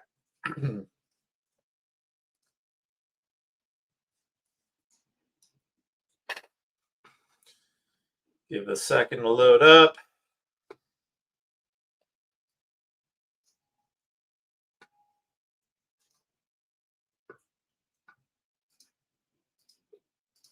Okay, so anyone can upload a 3D model. In this case, we were doing a workshop on configuring your own Nike Air Force Ones. We have video textures. You can actually change out the different materials here. So if I wanted to mess with the swoosh, I can start changing the colors of it. I can add in, make it look a little bit more metallic-y, and deal with like reflections. I can using our system, we can tie it to a location in the world where someone can like claim it, airdrop it. Think like a Pokemon Go for culture. In this case, it's in Phoenix right now, and then the video streaming onto it using some of our video streaming capabilities. I'm just going to run through a couple different experiences with just kind of show. Okay, this was a project that we're working with the brand on. Again, you can do the same thing where you can change out the different materials on the vehicle. So, but let's go into in the 2D world, people can actually stream in video content. We have the ability for people to create portals. Really, anything you can dream of, you can, for the most part, you can build in. It's still browser based, so you're limited on size. We did some holograms with a curator for the Four Seasons and their art galleries, and kind of working my way down here. This was geofenced at the Acropolis during a performance from the artist Max Cooper. This is actually, so it's all in Greek. When people saw it, there's this information about the piece. It's at the Acropolis where he performed the Odeon Rhodes Amphitheater. It's actually a visualization of the RSA encryption algorithm. It's kind of fun. And then, I'll just kind of close these out so that we can move to the last one. And this is just basically anyone can animate as well. You can pull the animations into the studio. So I thought it was kind of cute and fun. But where I got really pumped about, just again as a non-technical founder, I've been in the mix for a while. I know how all of our tech stack works. I've been in all the meetings, but I always wanted to try my hand at doing something. And so in this case, let me just refresh it just to make sure. I want to build on top of the geospatial protocol that we had launched through the GSR. So I want to mint a memory. So the idea here is that I might be at a location. I might want to take a photo of it. I might want to put it on the chain and store it for a later date. So I could take a photo in this case, or I could upload a photo from my camera roll, and I might want that to be stored on the blockchain so I can actually create a map, like a visual GUI of seeing the different places I've been to over time, maybe who I was with, and really start to kind of capture this archiving of stories, which we can then bring this application I made and bring it into our AR Discovery app. So now when people are navigating around the world and they're engaging with AR experiences, they can also just create their own photos that they can then tie to the map that other people can go check out through the AR browser. But so I'm just going to go ahead and do it. I logged in with my MetaMask. I'm on the Polygon network. That's where we initially launched. You can kind of switch between the uploader and the camera. Take a photo here. Really flattering there. So I'm going to click upload and mint. So it pulls in the geolocation and timestamps it as well. And then it also creates an image URI for the NFT that's being generated. So I'm going to go ahead and mint and register it. Going to take a little bit of Polygon.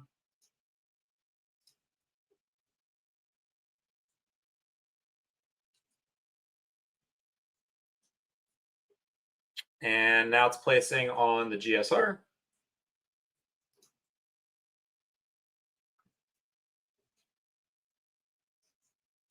Again, this is like prototype. Design's going to be cleaned up and whatnot. So here's the transaction hash. We got it on Polyscan here. And then we also have a little gallery of my my different experiences. It started up, full honesty, this was pushed live last night.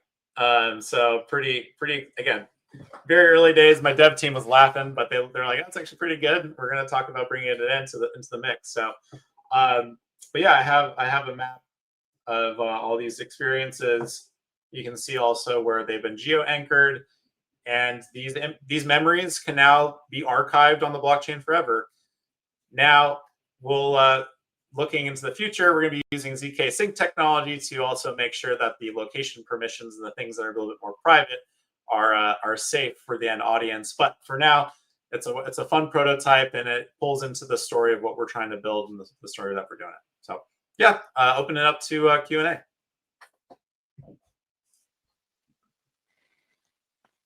Wow. Awesome. Great project. Yeah. Yeah. Thank you, Robbie, for your presentation. Yeah. Right. That's crazy, just walking around and seeing all those great pieces of art. Yeah, bringing back the museum to outdoors. Yeah. Well, especially since like there's some really cool technology behind the Apple Vision Pro where you kind of have that 2.5D view.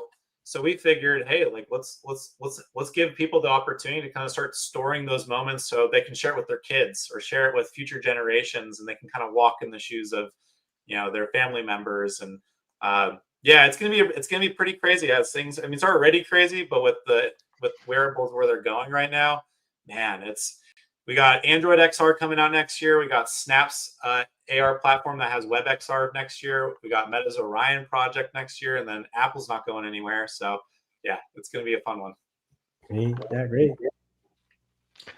So let's bring our judges up. Perfect.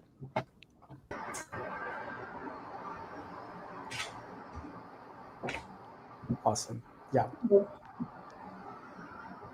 Thank you, guys. You can take the stage. We can go from top to bottom. So, Swati, you might go first. Sure. Great presentation. I really like the concept. My questions are around utility, right? So you mentioned you have about 100 customers at the moment. Is that right? Yep. Okay.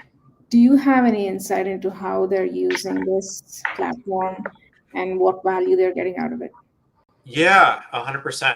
So like the customer segment that uses this, it kind of ranges. So there's the digital artist that wants to have their artwork seen, and they use this as a good way to market themselves on social media, or to share with their friends, or to share with an art gallery. That's kind of like one big cohort. I would say that's probably like 80% of usage. The other 20% of usage is coming from packaging and marketing. So a lot of folks like to see their brand come to life, whether it be for events or on like merchandise, T-shirts, posters, album artwork.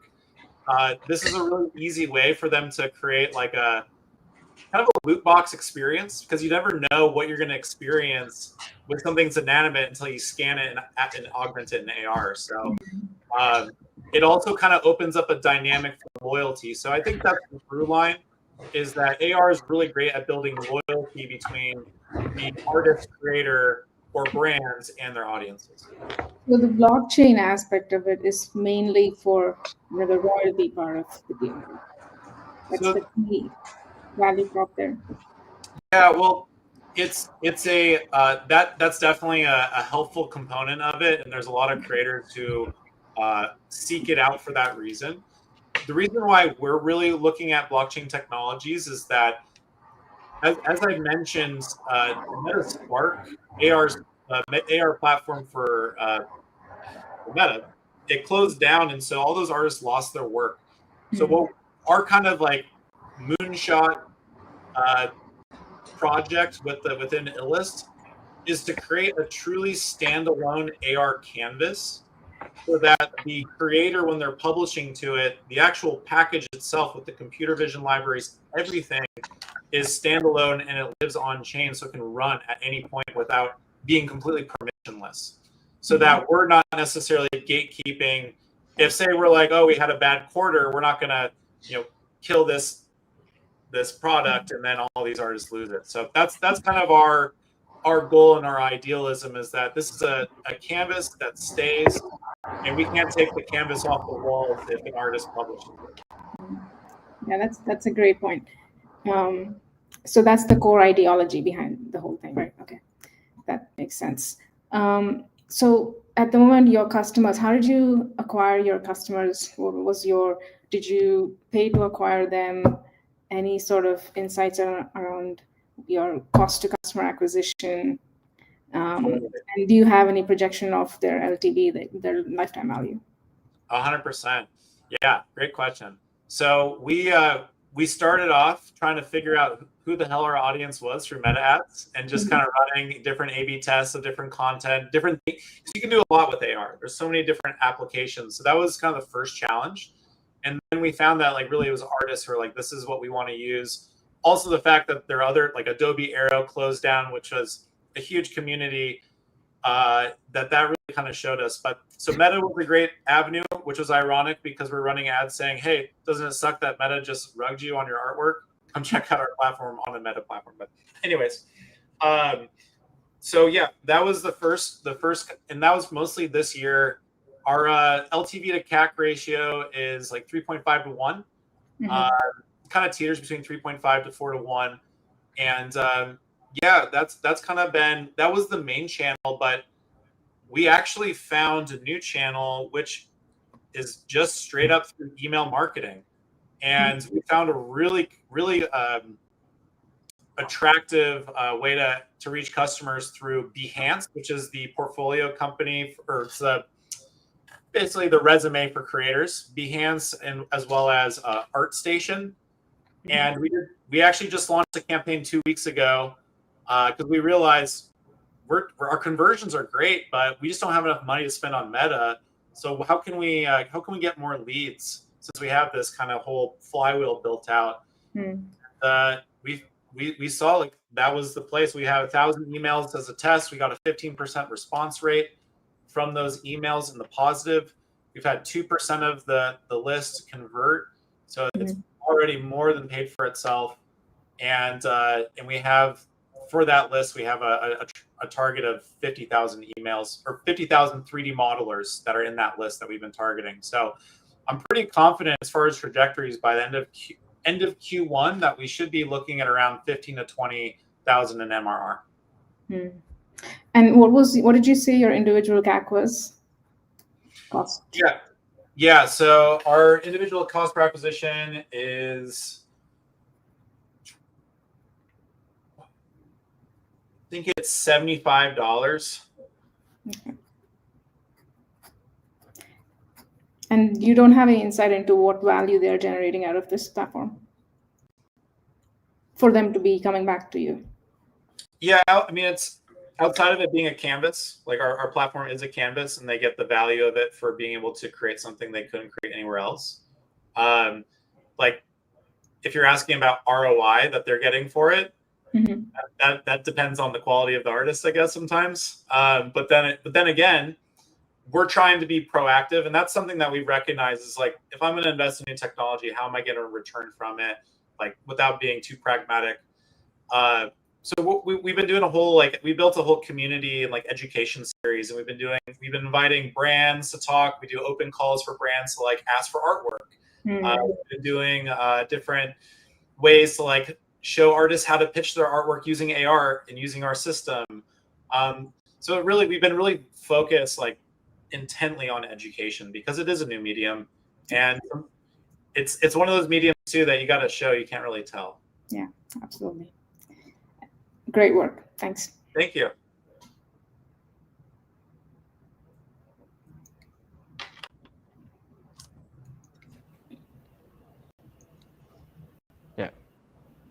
Yeah. I just have a follow-up on the customer profile question.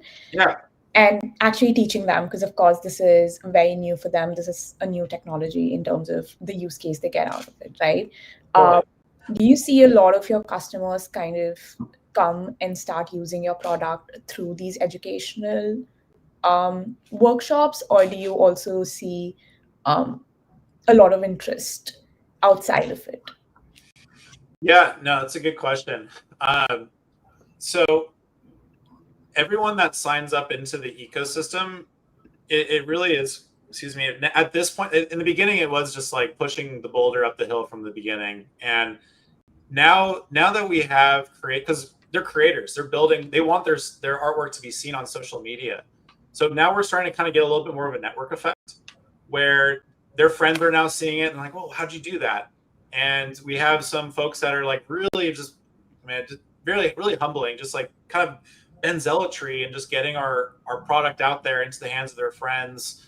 And so I would say that the education is because we all started from zero at some point, and there's no one that's really filling that gap. So we just want to be able to show that you can come into our ecosystem with zero skills with 3D or immersive design, and you can come out the other end actually creating a work of art, having it featured in an exhibition, and even selling it through a digital art marketplace. And I think especially now, at this point where we're mobile AR is still pretty good, but where things are going, it's the best time for a creator to be learning these new tools. So yeah, that's kind of where I think like education is still is a key component, but our whole MO is let's get your artwork out there and shown and visible, and that's been really the best marketing campaign we could run. Right. And do you see your CAC kind of differ from email marketing versus these workshops, and the kind of ROI you get on those? Yeah, so I would say it's less about CAC and more about churn. So I think these have been a great way for us to really get people to feel part of a community and wanting to interact with others, and at least that's what they've told me. And so we've seen churn drop significantly since we started doing more education, more workshops, and then also we started doing like exhibitions where we partner with different events to showcase these artists' work as well. And yeah, that's basically where we've seen the value. And how long have you been live? Yeah, so we've had a variety of different iterations. When we launched the first AR NFT back in 2020, we actually created an NFT marketplace for 3D assets before OpenSea even had video. So we had to do it because no one else had something that we could plug into. So it was more of that. And the artist we worked with was MF Doom before he had passed away. And so there was a lot of new things. We're working across the music management, the artist, the family, the whole nine yards. We started building out this studio so that we could actually activate agency-based campaigns with brands. So we worked with Shopify. I mentioned the Acropolis, with the Onassis Foundation, with projects with the UN. But then it wasn't until we saw that Meta was closing their doors that we realized, let's actually open this up for creators so that they can do it. Because the biggest player in the game is closing up shop, and there's a million artists that are looking for a platform. And this was around last year? Yeah, so this is the end of last year. Okay. So most of the first 2 quarters this year was basically getting the studio to be client facing versus us knowing the nuances of the platform, making it user friendly. There we go. That was the key.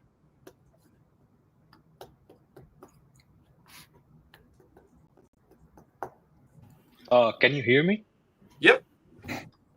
Oh, so I just wanted to ask, like, so how do you evaluate on what your customers are getting out of the product? Like, do you have kind of like a analytics pipeline or telemetry pipeline on how they use the product so that you can enhance the scale of the platform?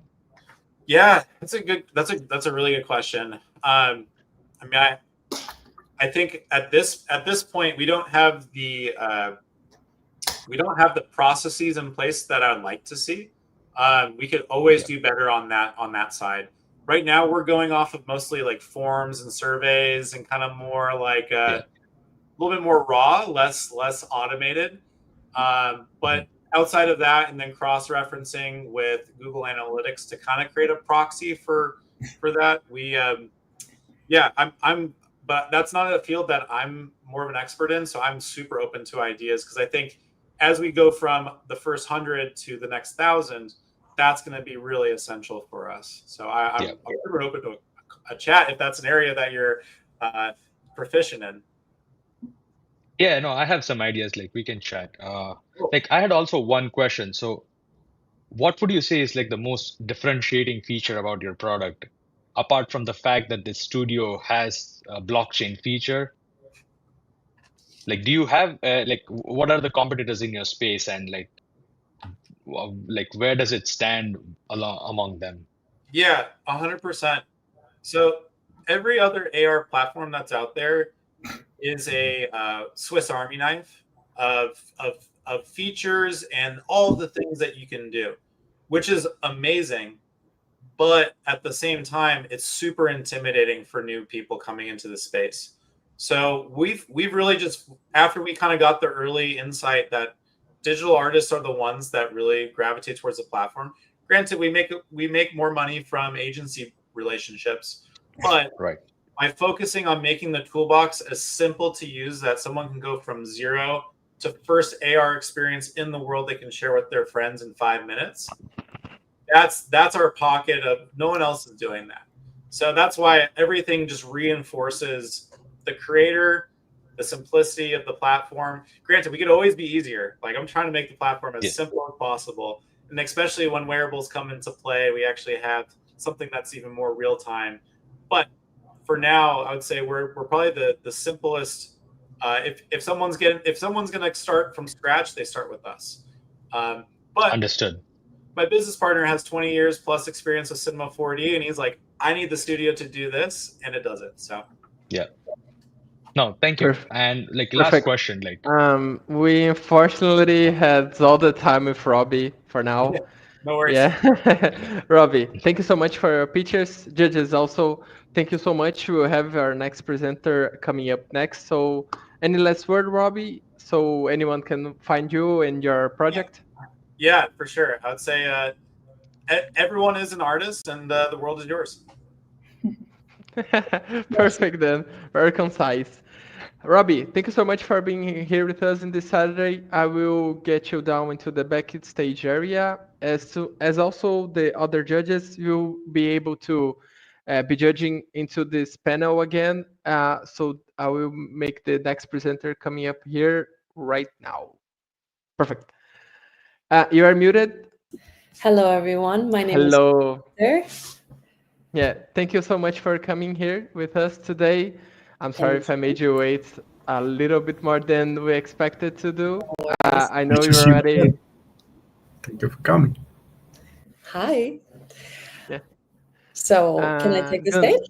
Yeah, we will ask you to say something about yourself, talk about your backing stage area, if you have like something technical and what you're vibe coding right now, and then we can came up into the pitch and later the Q&A, okay?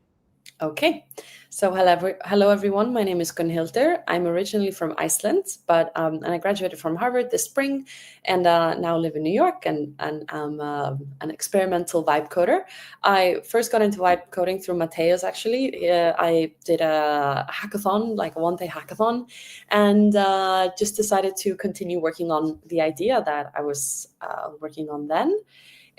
So I will just start my pitch. Let's see.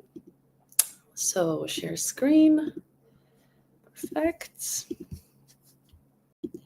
So my product is called Mimir. Can everyone see this? Yeah, we can. Okay, lovely. So just to give a bit of context about the team, we have two people, which is really fun. I'm a huge nerd and I love reading. This is prefacing what the idea is. And Chetan is a self-taught programmer and and we're both working on this, but we're both vibe coding. And that is very fun. So just for context, reading is what we are working on. Reading to learn, so goal-oriented reading. If you have to read a textbook or an essay or something, reading to learn is an ineffective model for learning because it's passive. The value chain of learning is fragmented and it is ineffective. Cognitive science tells us that we actually do need to interact with the text in order for us to actually remember it. And that's why 70% of what we actually read is forgotten within a week. And all these ways in which we traditionally read are quite passive. They're not engaging, they're silent, and it is not personalized, and the learning does not take place when you need it. So if you want to read a book about biology and it teaches you something about plants, you will need to use that knowledge pretty soon afterwards if you want to actually remember it. And we kind of have the sense that reading to learn isn't very good. And so people sometimes try to use AI, but that is actually not helping at all because, the way AI is designed, sometimes it's kind of like a mental crutch. And studies that are coming out now are showing that if you're using ChatGPT to help you learn and help you write an essay or read, it causes cognitive atrophy or using less of your brain. And so that's not really what we want. But it's also, you can't really get away from using it right now because everyone's using it. So we thought, what if we can flip the script?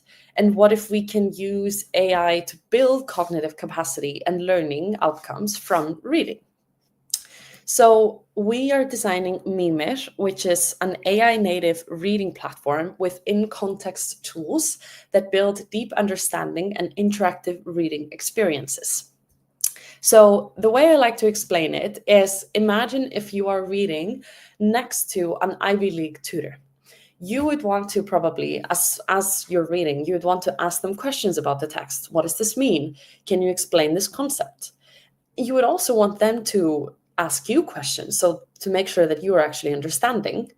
But then you would also want to contextualize the reading to you. Let's say this is the first text from Plato that you're reading. You'd want to understand, is this, like a part of, where in the philosophy does this fit? How does this relate to what I'm interested in? And so we think that all of these things can actually be done with AI if we just design it very well. So that's the goal of the platform. I will show you a demo of the product so far. So far you can upload any book that you want, and you can set your preferences of the greatest improvements in the productive and then you powers of open this labor and immersive. the greater I don't part know of if the you guys skill, can hear, dexterity, and it's judgment being with read which it by is text to anywhere speech. directed or applied seem to have been the effects of the division of labor. So with this platform, you can take notes, and we hope to use all of them. These things as kind of intent signals as to what you're interested in, and then the tutor comes and asks you questions afterwards to try to. This is based on like active recall and spaced repetitions, which are concepts in learning science that tell you that you need to recall the knowledge in order to make it stick. And so after you've used this, you can always go back and review these kinds of notes. And in future versions, we hope to make like kind of daily recall sessions, which in where the Raven interviews you about what you've been reading over the past week or last month, and is trying to get you to reflect more deeply. So this is where the platform is at right now. Anyone can use it, but we definitely want it to be at the place in which it can. You can ask it questions about the text, have it test your understanding that is currently functional, and ask them to contextualize the reading to you. I think this platform is interesting because it's built with a whole value chain of learning all the way from, in context, active recall, note taking, and to, testing yourself. And that's something that no platform does. But beyond features, there's no tool that is built that is optimizing for your own cognition. Most other tools wouldn't mind just doing the work for you, but we're the first ones to think, how can we make sure that this element of cognitive struggle is enhanced? Because that is the thing that makes you learn. But if you just use AI summarizes, that takes it away from you. So we're the first platform that is being thought actively of, how can we make you productively struggle? I think this will be used with consumers, but also with teachers. And we also envision some like partnerships with publishing houses. So this is kind of, we hope to make a new medium for books where they are context enriched and dynamic pieces of text, where each person can kind of personalize the book to them. You can ask the AI to write in notes that relate to what you are interested in. You can ask questions and the thing responds. And I think this is kind of where books should be heading towards. We don't want to use AI to rewrite every single book. I think like there's value in original text, but we also want to enhance the reading experience with AI. So yeah, we would like to be the future interface or front door or front end for educational texts. And we're currently in beta testing and product iteration, and we hope that like we can very soon publicly launch, as well as try to start some trials with teachers. And the way I usually pitch this to teachers is this is mental scaffolding for AI and the kind of controlled injection of it into the learning process. Teachers really don't like ChatGPT because they know that the models are built to just, you know, please the user. But with teaching, you actually can't always please the user. You have to sometimes be strict, and that's not how ChatGPT is built. So yeah, that is where I hope to take this. I think this is a very short presentation. If you have any questions, I'm happy to answer. Gundir, thank you so much for your presentation. I like your idea and your project. Actually, I will try to come contact you to later use it for my own project and studies. Lovely. So that's a very good idea. I will come up the judges panel so they can chat their questions so we can do our Q&A now. And we can do this top to bottom as Augusto suggests as prior judging panel, okay? So Vishad, you can go first. Definitely. Thank you for this presentation. I really like it since it combines a lot of the tools that I've used separately to inform like reading books and connecting dots between different books and papers that I've read. I had like one question. So how do you think this product is different from something which is on archive or like a txyz.ai, if you've heard about it? So you can upload papers and books to it. You can ask questions, and Yeah. essentially it can also give you some kind of like a context graph on it, connecting basically things, different things that you've read into kind of a knowledge graph. So how do you think this differentiates? So I do think there's a very clear product philosophy difference between things such as Google Notebook LM and what I think you're referencing, because with that you just press a button and the work is done for you. I don't want to do the work for you because the work of making this knowledge graph is actually the thing that builds understanding. And I think sometimes we want to have an overview, but other times we actually do want to, you know, have that knowledge be internalized. So in that sense, I know this platform cannot make knowledge graphs, but yeah, it is different from a tutor. Like for example, Khan Academy just came out with an AI tutor, but that's all just if you have a question and it helps you get to the answer. But this is very different because we are just allowing you to do the reading, and then we are trying to push you to think deeper and to think about questions. So it is for like helping you to think beyond just, because with ChatGPT, it's very limiting. Like what are the questions you ask, the creativity of those questions, and this is trying to get you further. Yeah, no, thank you. Like, so what are your plans for scaling this app up, or like your? So currently, we just want to get it to. It's very important that the AI tutor doesn't feel too like an exam, but that it also has a pedagogical purpose. So we're kind of fine tuning that with the help of beta testers right now. But yeah, we want to release it as a consumer product, but then simultaneously contact private high schools and sell to them, as well as sell to publishing houses. Right. I think that's a very good point. Like for publishing houses, this would be really good because since they have audiobooks in there, you have a feature where you can ask questions and get answers from the I think that it's trying to combine a lot of features, which I think and a good example for this is that, you know, there's a lot of professions that have good technology. Like a designer has excellent technology. Like a computer scientist, you see their screen and it's built for serious coding. But with reading, there is no reading platform that is built for serious reading. You have PDFs. Like, have we not gotten further than that? So I do think that like there is value in integrating a lot of these tools. And No, with audio, definitely. exactly. I've loved to listen to nonfiction books, but it's horrible if there's a graph and I can hear the author like describing the graph. I'm like, I want to interact, I want to see the graph, but I don't see it if it's an audiobook. And there's just a lot of these frustrations if you use all these tools independently. No, definitely. I think this has like a lot of promise. Like one last question. So would you also have a feature in the app where it can basically track a reader's reading habit and connect dots between different papers or books they've read so that they can connect the knowledge? So connect people socially? No. So just one person. Let's say I have a library of books or papers that I've read, and I'm reading a new book wherein some of the knowledge has already been in other research papers or books that I've read. And it tells me that, oh, you've read some of this there. This is an extension of this. Yeah. So that is one of our future visions is for this, because I think there's a lot of learning platforms that are built from this bottom, like this top-down perspective of educating. But I think there's not a lot of learning platforms that are built from the bottom up of like curiosity. And so I think one of the really still valuable things about universities is the concept of syllabuses for an external professor to be able to say, this is a syllabus. After completing it, you will achieve these goals.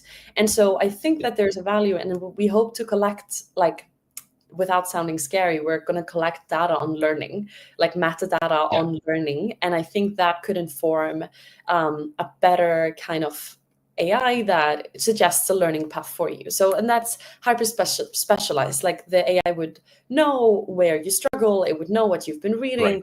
And I want to also questions you ask. upload my transcript. And then I will say, okay, this is what I've studied in the past. And you obviously see what I've read. I'm curious about like metacognition, and then the GPT can ask me more questions about what it's curious and suggest the learning path for me.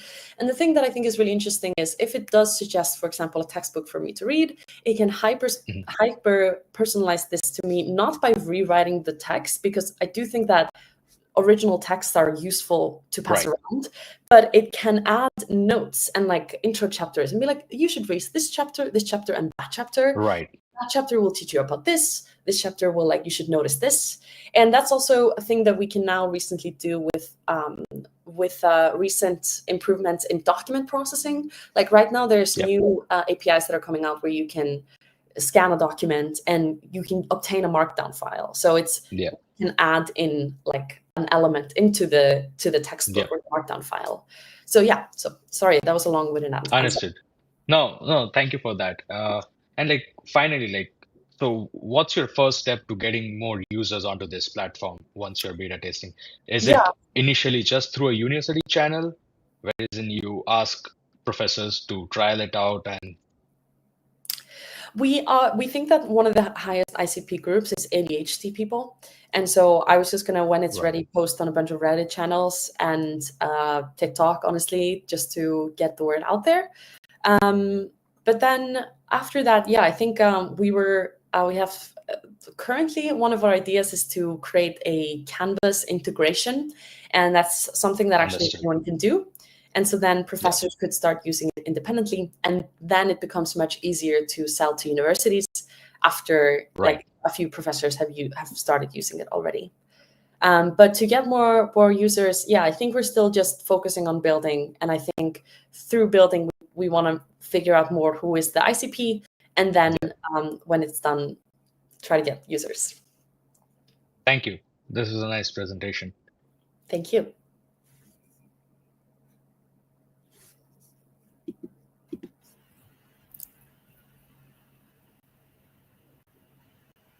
Hey, it was a nice presentation, nice demo.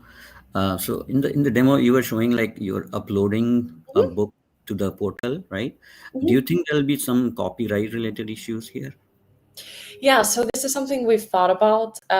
Unfortunately, it's true that like people download books from LibGen, but it is kind of hard for us to be an enforcer of this. I don't think that we can. We're not responsible for the origins of the text that people upload, but eventually, like I hope that that actually becomes a strategic advantage as to why publishing houses should partner with us, because we could say, yeah, we can, if you partner with us, we will enforce a no, you can't upload this text onto the platform.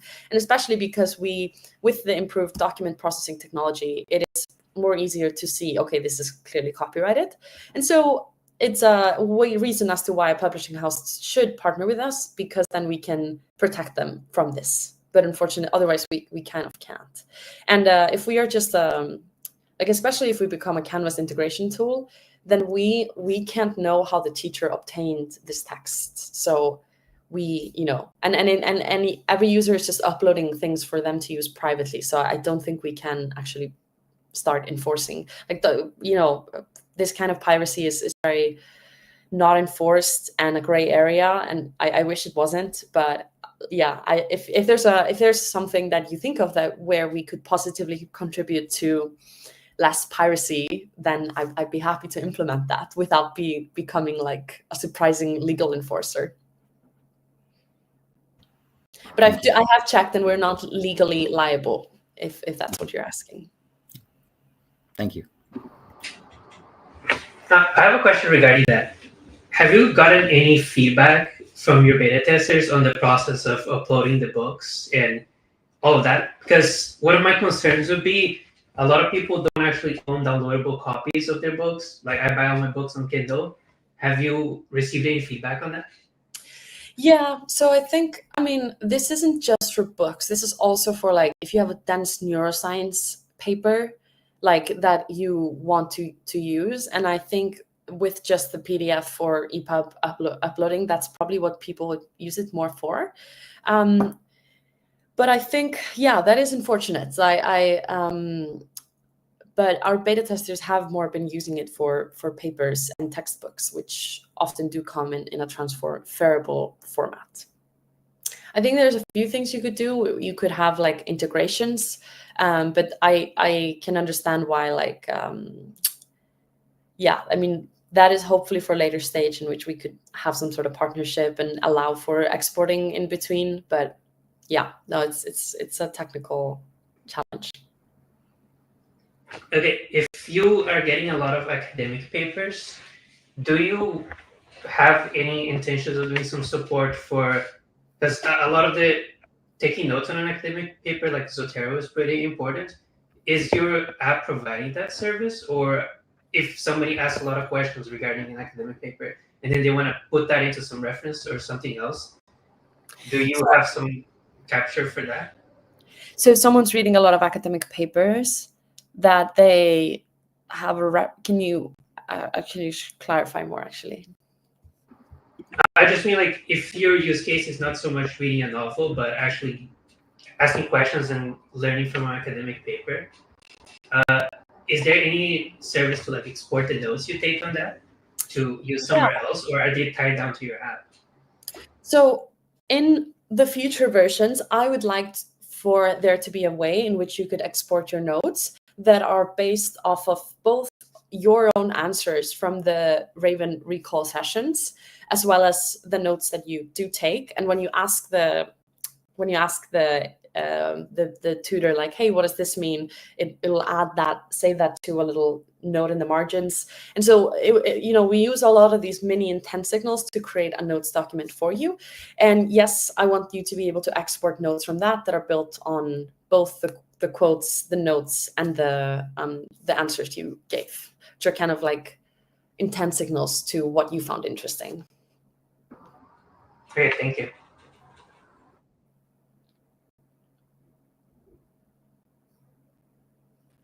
We have the next judge can check your question. Swaichi, I guess you're muted. All right, can you hear me now? Yeah. Great.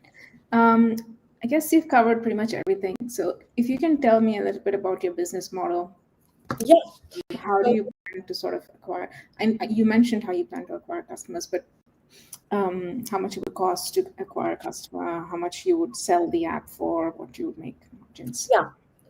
So we're definitely going to operate on a subscription model from the consumer side. We haven't set down a price quite yet, but somewhere between $12 and $20. And that is cheaper than people are paying currently for tools like Speechify or similar tools. So I don't think that's going to be a barrier. But in terms of institutional pricing, we're still exploring that. Okay. And your total cost of capital would be? So in terms of margins, each user at the moment is costing us around $2 per month. But these are kind of hard to say because the current, like it really depends on the quotes that you get for speech to text and text to speech models. And you can get really low quotes if you buy large amounts. Yeah. So I think that will go down over time.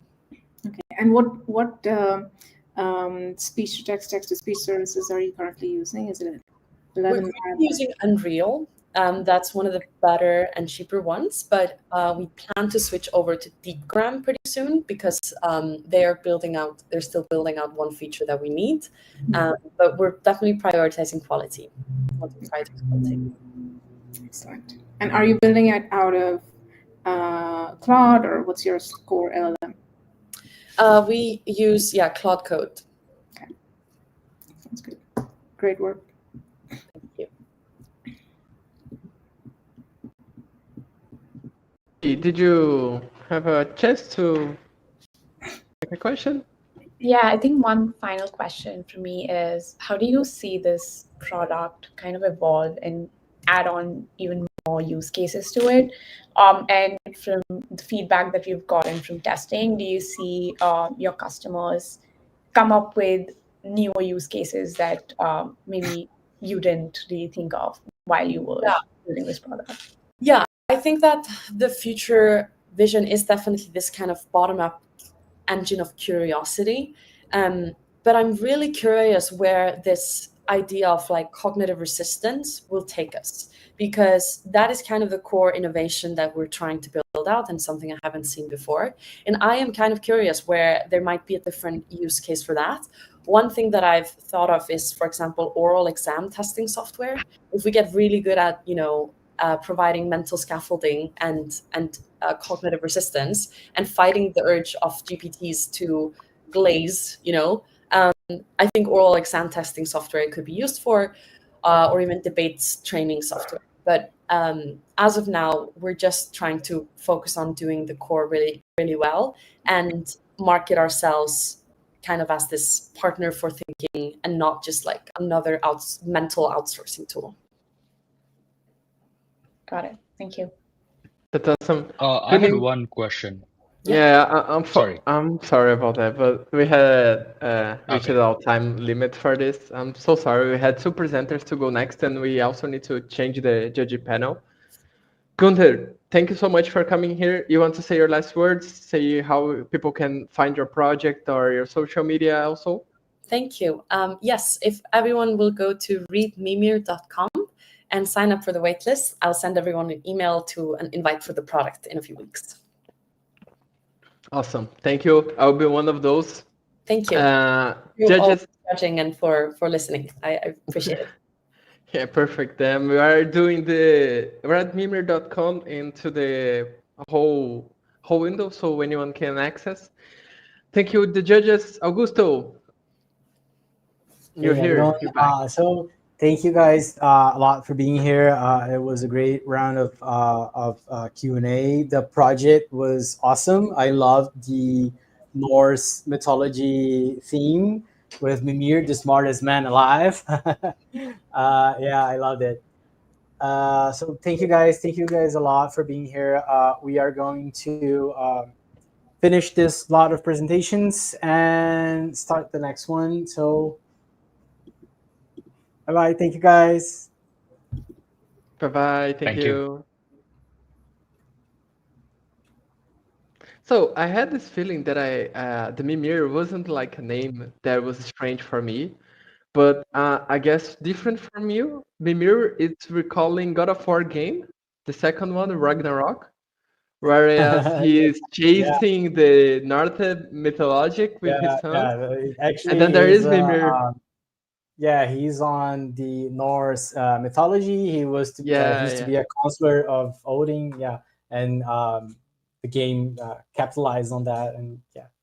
Yeah, so So I was trying to remember where Mimir was a name inside my head, and thank you, Augusto. Yeah, perfect. awesome. Yeah, that was a great project, by the way.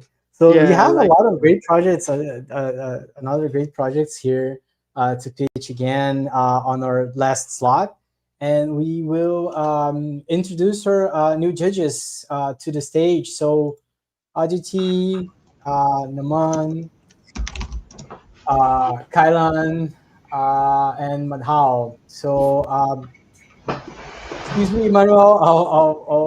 We'll talk to you in a minute.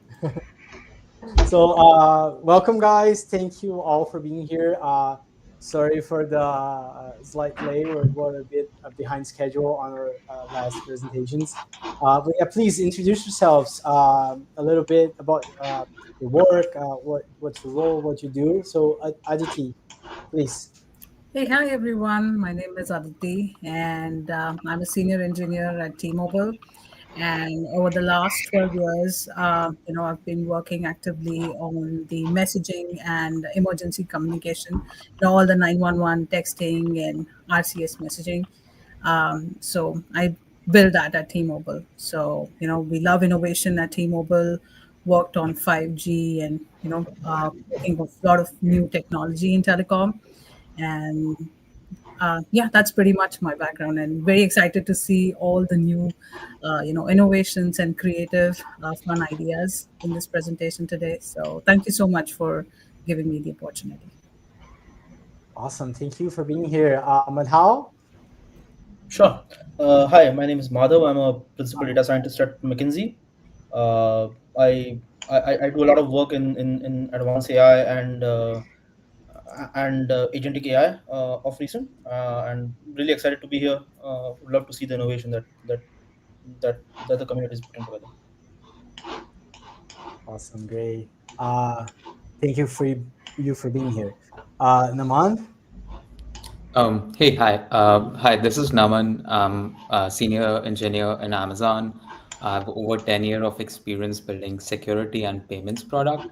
We have built pretty cool products in Amazon for like billions of customers, storing all the critical data and stuff.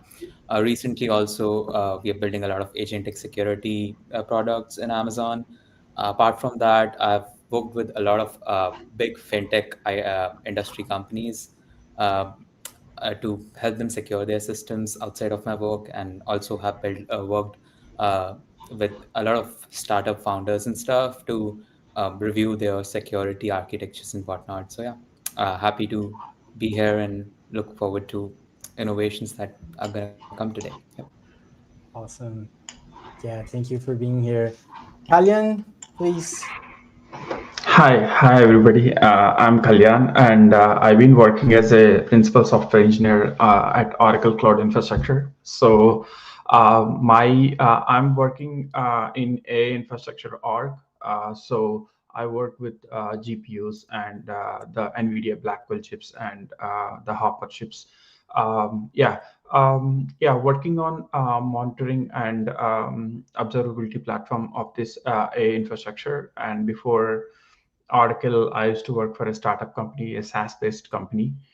That's pretty much my background, and I'm excited to partner with you guys, and happy to see the innovations and provide feedback. Perfect, perfect. Thank you. Another great lineup of judges ready to judge and review our next project to be presented. So we'll do as before. We'll just put you guys right down here to the backstage so you can watch, and then we'll bring the presenter up. We'll see you guys in a moment. Sure.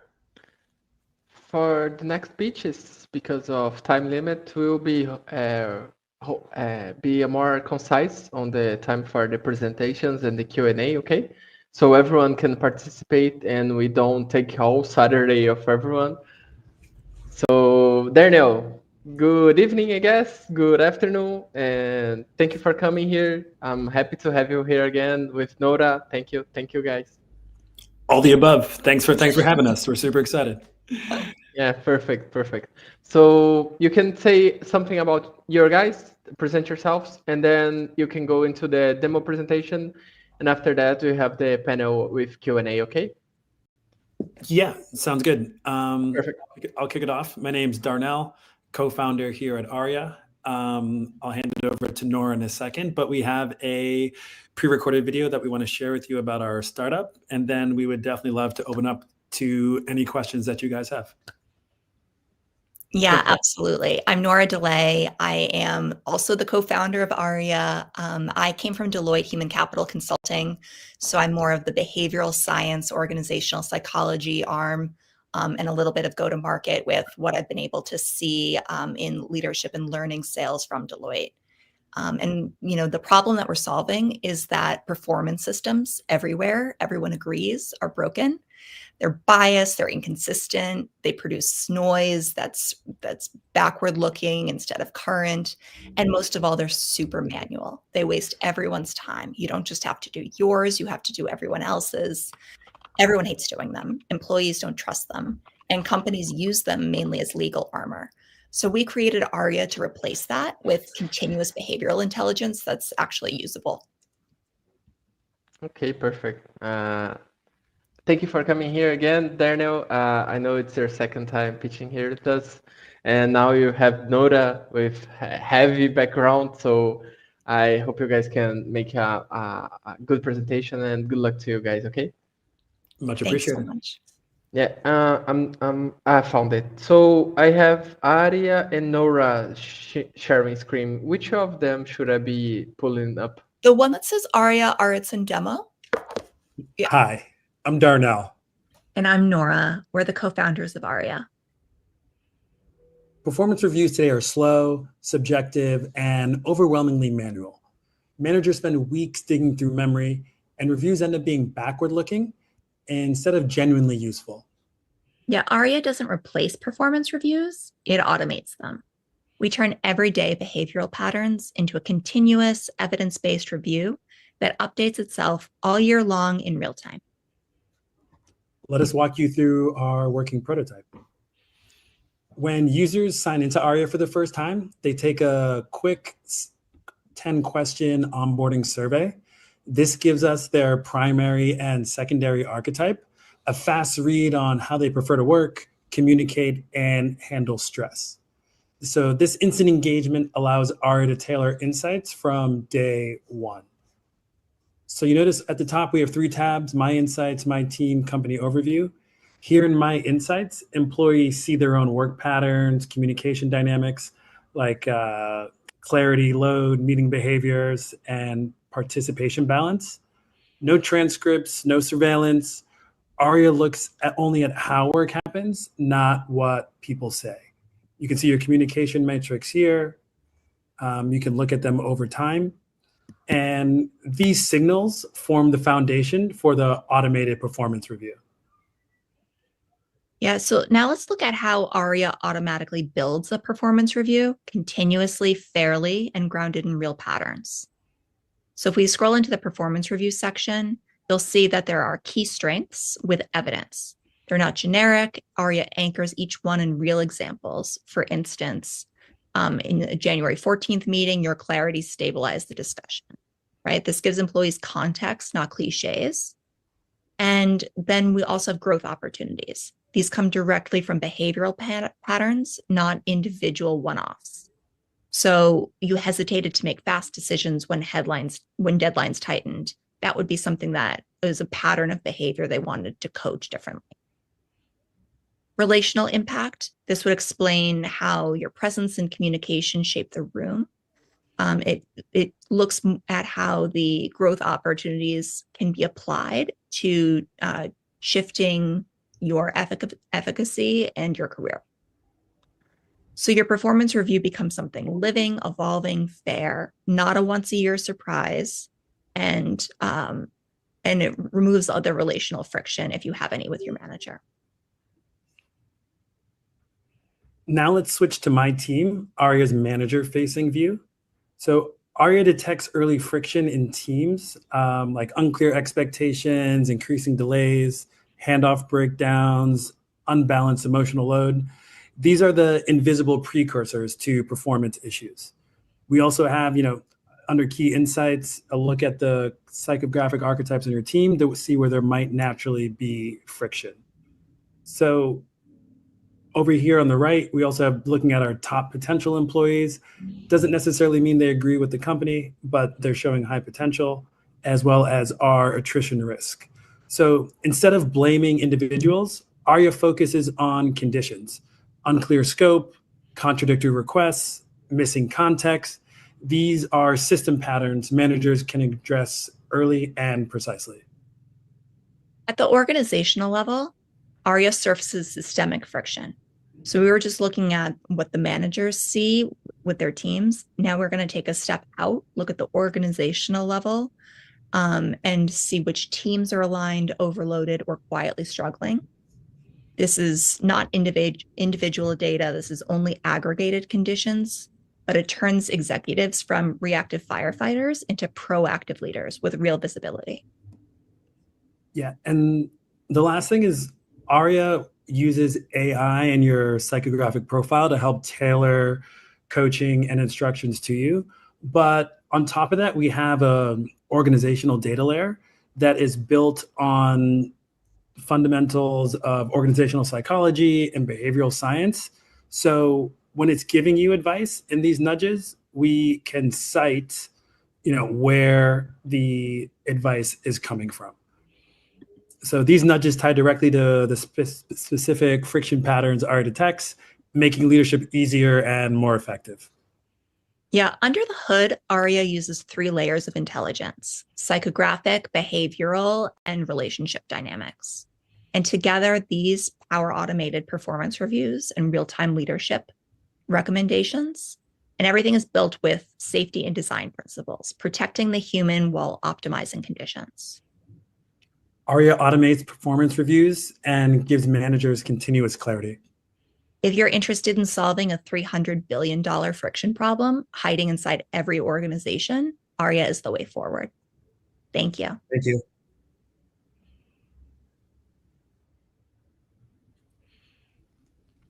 Awesome. Well, Nora, yeah. Great project. So let's bring the judges so they can give feedback, and we can start our Q&A. Peter, can you pull them up? Yeah, I was thinking because they are both of them here, we won't be able to do the regular Q&A disposal of cameras. So I hope that's okay for everyone. Yeah, we'll just roll with it. No, yeah, actually, why? Yeah, no, because we wouldn't be able to we just start Nora, okay, there now. As you came up here before prior, if you don't mind. To answer, and then we start the second. There, as you to came be up alive, here, right? yeah, before, and it's first time here. I think she deserves her spotlight. Okay. I agree. Thank you so much. Yeah, perfect then. Okay. Yes, I'd love to hear the judge questions, but first I just wanted to say that it's really cool that we're going after Glenn Hiller's presentation, because one of the things that I feel about AI that's transforming the world is that it's doing the thinking for us, and that can make us dumber.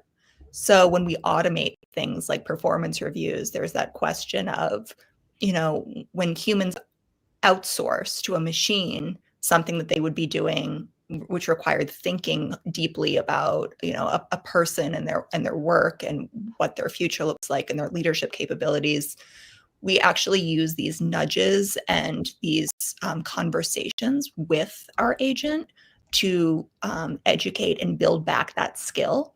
So in addition to replacing and saving time, we also wanted to build in an educational component so that there's skill building and we're not getting dumber while we're using it. Yeah, it's very piece of soft. I have the feeling that if we let the AI think for us, at some point the AI will do anything, and we'll be living like some old Disney movie of some robots and a space machine. But not relevant. Okay, judges, we can go through our like top to bottom as was be done into the other pitch, and then so Kellyanne in Turi, you can go first. Thank you. Yeah, I do have a couple of questions. So, what are the signals that you're tracking? It seems like enterprise SaaS tool. So, what signals are you planning to take into your tool? Yeah. Sorry, go ahead, Daryl. I'll start and say we're going to take in data from Slack, Team, Zoom. I mean, most of the companies I've worked at, we always have a daily stand-up where it's like, what did you do yesterday? What are you going to work on today? So we also have a journaling component. I think it is hard to change behavior. It might be hard to get employees to journal, and that would just enrich the data. But even without that, we will get, these behavioral signals from how people communicate on Teams, how they're talking on meetings, and as well as their email. Okay, and what's the accuracy of your tool? Like how better it is forecasting when it comes to the real performance reviews and what your tool is forecasting? How accurate is it? And can you just repeat the question, please? No, how accurate is your tool forecasting? Like, for example, if you do the usual performance review, like you might, leadership might come up with something, but your tool, like whatever it is forecasting, like both are aligning, or like how much is your tool deviating? Yeah, sure. I'll also hand this over to Nora in a second. I would say like we started off because we were both journaling, exporting that journal to text and then sending it to ChatGPT and saying, look, go through my life, look at behavioral signals, identify patterns that I'm not seeing.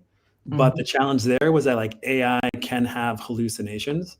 That's why we're putting on the organizational layer on top of it that will look at popular frameworks and organizational psychology and behavioral science so that whatever data is getting filtered back to the user is within reason. We're still building our tool, so I don't have a exact accurate percentage yet, but I would say that we would look at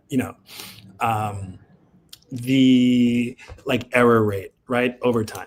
So, and we would also keep human in the loop, right? So like you receive a nudge, maybe on that nudge, we put a thumbs up or thumbs down or neutral so that we're constantly iterating and making sure that the data we're giving our users is accurate to an acceptable percentage. Yeah, okay. I'd like to add on to that just because, we're a bridge product. The company's paying for it, so we act in their interest. But personally, my bias is protecting the employee, their privacy. I work for a charity called End Workplace Abuse that promotes legislation to protect workers. And so I really wanted a product that would give the employee a fair shot, even if they had a manager who hated them. It would be an accurate record.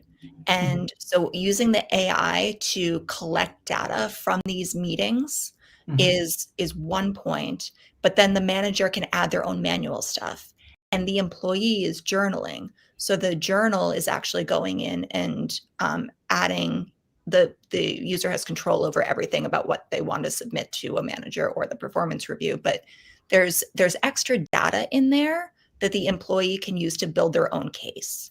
And I like that everyone has control and can add it, and that the AI is an additive voice, but it's also sort of a mediator of like, these are the facts. Okay, cool. Is there any specific category of the business lines are you targeting your product for, or is it generic product for every industry? Coming from Deloitte, I saw it going into Fortune 500 corporations. I saw it as something that, every large enterprise would want to use. And then speaking to investors over the past few months, we've actually heard that there might be a greater market for frontline manual labor jobs where people experience more abuse and have less of a voice. So originally, we designed it for a corporate audience, and I still think that's going to be the goal. But we're finding some significant interest in pilots for a different audience than we had originally built for.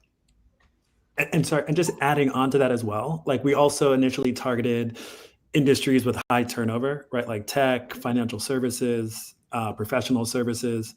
So yeah, like Nora said, we are expanding our use cases, but those were also some of the industries we targeted because we can identify employees that are at risk for leaving. It's going to cost you a lot of money to replace that 200K employee. So if you can know now, instead of like 3 months from now after their performance dropped off, early intervention is better. And just selfishly, like we were both consultants. That's sort of our professional network. So it's almost easier to sell to that network for us. Sure. I do have a couple of other questions, but I don't know how much time I have here. I don't want to eat away all of the time. So yeah, please stop me if I'm taking time. So I used to work with a company tool called Lattice. I don't know if you heard of it. Yep. So which does the similar things. I would say I think. And I used to work for a startup that does the same thing, which is doing in the sales domain. Like the product that we built basically actually forecast what salespersons, like it collects every CRM data and all of it, and it forecasts a machine. It gives some number, like using the forecasting and doing the forecasting and all of that. And usually the salespersons, they can have their own forecasting too. So the company mainly got the value by over the period collecting the customer's data and understanding like how the customer data is helping the forecasting and improving the correctness of the forecasting. That actually helped the CROs to make this tool more invaluable. So I would give you the same suggestion, like not just running ChatGPT, having your own data set might help for you for your company to grow. So that's my suggestion here. Yeah, I would say we agree. Not like that's kind of what we found as well. Almost like Ray Dalio at Bridgewater, right? They have all these different principles through which they're funneling decisions. And they're twice as large as the next hedge fund behind them. So we agree that having this data layer in conjunction with ChatGPT is going to be super valuable. And I also think we haven't seen any other companies doing a psychographic profile on users and then also looking at their behaviors in real time based on their messages. So like to your point, over time, the data that we collect becomes its own asset in itself. Yeah, I find that the problem with BetterUp or Lattice or Culture Amp, companies that I really like, what they're not doing is they're not doing it in real time, and it's not learning and evolving with the user. So that's a differentiator that we wanted to create. Sure. Congrats. I like the demo and wish you the best of luck. Yes. Thank you. Awesome. So we can go to the next questions. Aditi, please. Yeah, hi. First of all, great presentation. I think it's solving a real problem at work. My question would be, like, how does Arya actually collect, or infer to infer the behavioral or prevent it from becoming a workplace surveillance? How do you differentiate that? Yeah, absolutely. I'll let Darnell take the tech angle first, and then I'll speak to the ethics. Yeah. Okay. Perfect. I would say first of all, we're not looking at what you say. We're looking at how what you say indicates about your behavior. So it's that employees feeling like they're being surveilled is definitely a point that comes up with us a lot. So it's definitely a fair criticism, but we don't care that you said so and so about Susie or John. We care that, you know, your voice tone in meetings has been dropping over the past week. We care, like, it's almost like if the barometric pressure is dropping, I know that if there's like a 60% chance that it might rain in the future. So those are the type of, we're just looking at the behavioral signals that are coming in and how that affects how you show up at work.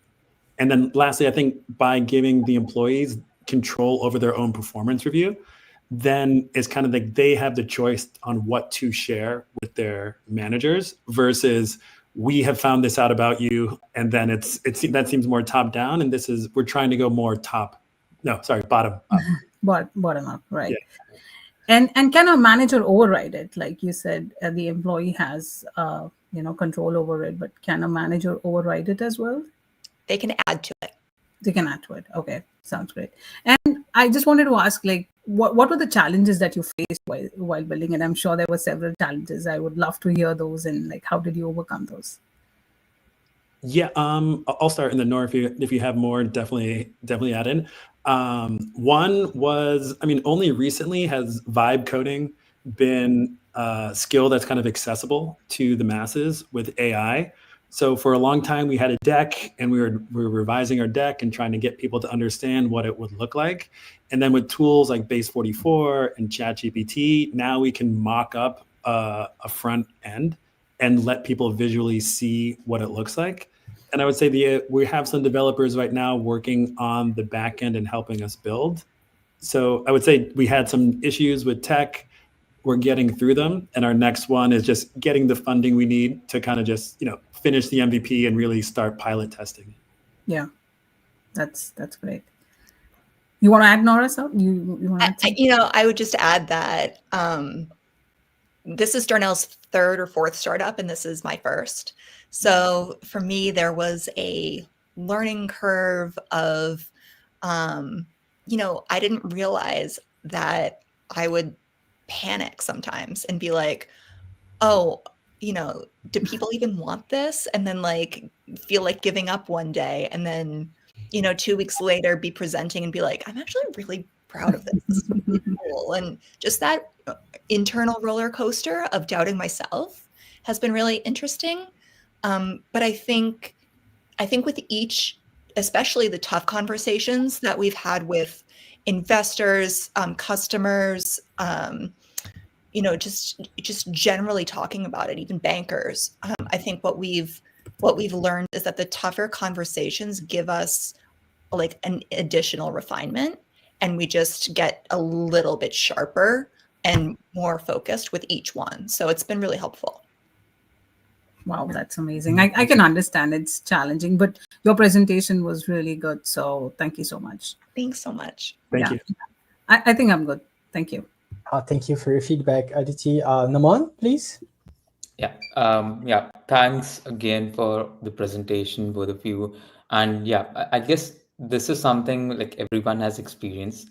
In my career, I've seen like 3 tools in Amazon which have changed within 10 years. So it's such a hard thing to get right. So kudos to all the efforts that you're doing there. First question that I had was that how do you integrate with company specific culture? Right, because every company may have a different priority. So how do you integrate with a company specific culture?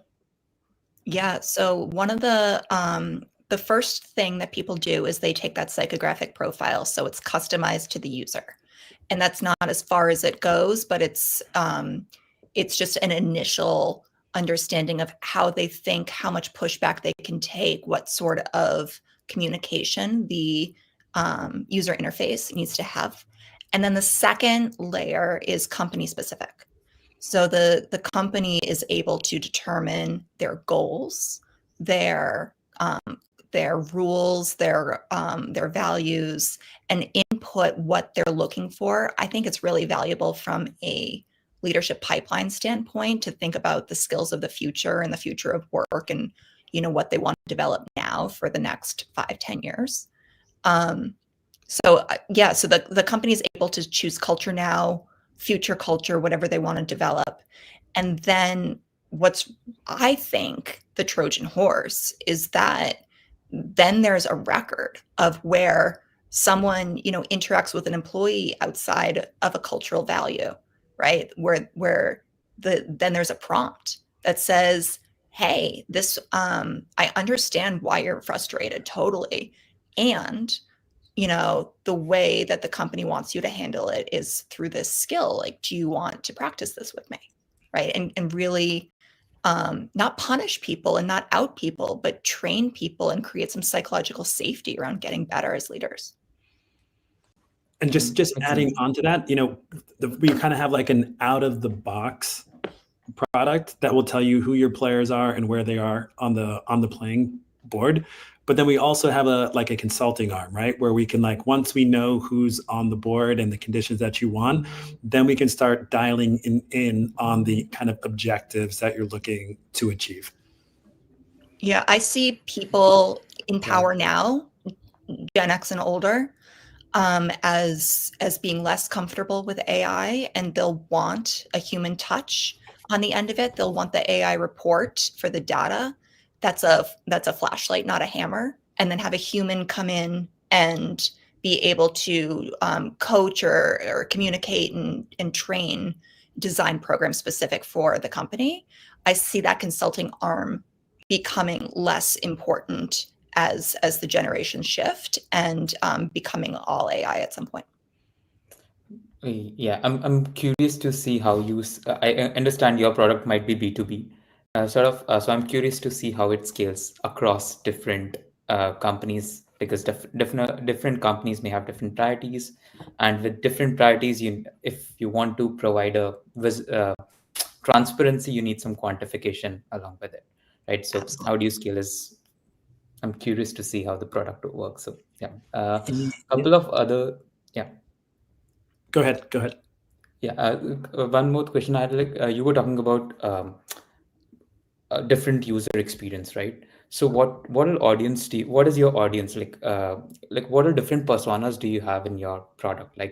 What personas are you building for? Yeah, we have 12 employee archetypes, and then we also have 10 manager archetypes. So if you're a manager, we will show you your primary manager archetype as well as your employee archetype. So we are looking at a certain degree of confidence, right, after we assign you an archetype, and then we're looking at how your behaviors change over time. But yeah, we have a set list. Yeah, and to remove to remove the biases of the specific manager, I assume you have a administrator use case as well, which is at a higher level than a manager, I assume. Wait, say that question one more time. I just want to make sure I understand it. From your demo, I understood that the target is also to remove the biases of the specific managers, right? So the company policies and the prioritization would not, I assume it would not be manager specific. Yeah, no, it wouldn't be. And that's kind of like, to your point, that's one of the things we're solving for. A lot of people get promoted because they're maybe not the best person for the job, but they're really close friends with the manager. I have worked on many a tech team where a talented coder has left just because they felt unsupported. So it's definitely not in line with what the manager is thinking. We're looking globally at the standards the system how we want people in the system to conduct themselves and behave. Yeah. And is the product more targeted towards remote workforce? Because I understand, since you want to make it more quantitative, and it's easier to get remote when people are interacting mostly remotely, the data is rather easier to gather. That's our bias, but once we started talking to potential clients and investors, what really came out was that if we focus on frontline workers, they're not going to have computers. They're not going to be in an office or working from home. They're going to be on their mobile phone. And so having a mobile first app where they're able to journal, where they're able to talk about their feelings without it being reported to a manager. It's just a private space, but everything's recorded. Especially at the Red Cross, that's a company that we have been discussing a pilot with, and for their disaster workers, making sure that their volunteer experience is positive so that they come back and there's a pipeline of people to volunteer during disasters is super important. So I think, I think mobile first, and then in the workplace or working from home, it's going to be mostly, on your computer that you are hearing from, like it's listening to the meetings, it's listening to the emails, and then on your phone, it's really where you can journal and feel private and feel confident. Yeah. A lot of the companies like Zoom and stuff already have these things So integrated. we are advanced on time, and we still have three more presenters. Madal, do you mind starting the next one? Do you have a quick question? Yeah, I had a very small, quick question. Like, one was like, have you thought of how would you avoid people trying to hack your solution? Like, trying to say things in meetings that will give them a higher score. How do you manage that? And Yeah. please, if you guys can be concise. Sorry to cut you on, but no, we're good. I would say in one sentence, we expect people to try to game the system. That is true in every situation that you come across. And the way we're going to look at it is just setting up reporting and using AI to help us see where humans are. Not trying to lie is a wrong word, but like, again, we're looking at their behavior, not what they're saying. So, and I think we think we're cleverer than we are sometimes, and AI can help us unearth where we're just kind of full of it in certain situations. Yeah, this is a company built on the premise of protecting people against jerks in the workplace. So I think that if people are trying to game the system in the meeting, we expect that, but we also understand their personalities, and we understand the relational friction, and we understand a lot of background about each personality. So it's pretty clear what and why. Great. Thank you guys for the questions. Thank you, Nora and Durnell, for the presentation. That's a great project. Good to see Aria again. And then we can pass to our next presenter. Thank you guys very much. Madal, we can start with you on the next Q&A. And thank you, Nora and Durnell, and the judges will put you guys down to the backstage area again, and then on the next Q&A, you guys can come up. Thank you. Guys. Thank you, guys.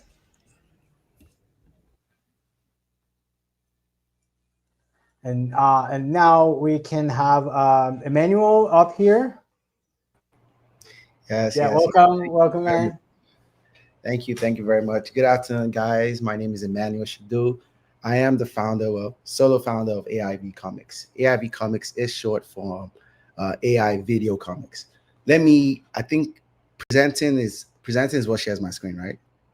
Yep, please. Okay. And if you can try to be concise so that we can have another one after you, and a good time for Q&A. But yeah, thank you for being here.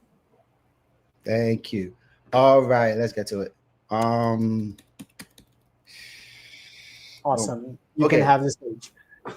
I think you guys can see my quick pitch deck. I'll just go through it. So I am a machine learning software engineer, previously at Meta. And prior to that, I worked at IBM as a full stack developer. So I built like websites, and I'm a big geek for like building ML solutions. So one day I was reading, I was watching anime, Solo Leveling. I don't know if you guys know about it.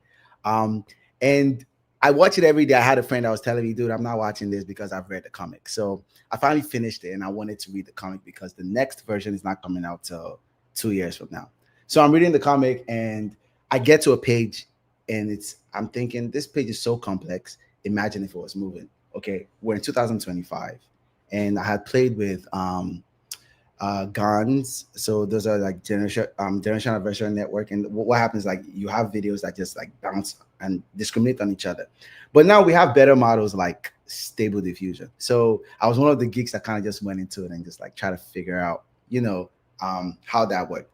So I thought to myself, let us create comic books that are alive. So if comic books exist digitally, they should be alive. One of the problems that I realized is, okay, other than the reading experience, there's this huge market gap in the comic book market and what's it called, the animation market. So animation market has about 1.8 billion watchers, and the comic book market has about 300 million readers. And if you ask people, when I went out to ask people, the reason is usually the immersion. So a lot of people would pay a lot of money to just get that higher sensory load. So just talking about the market now, quick demo. So this is just some pictures, right?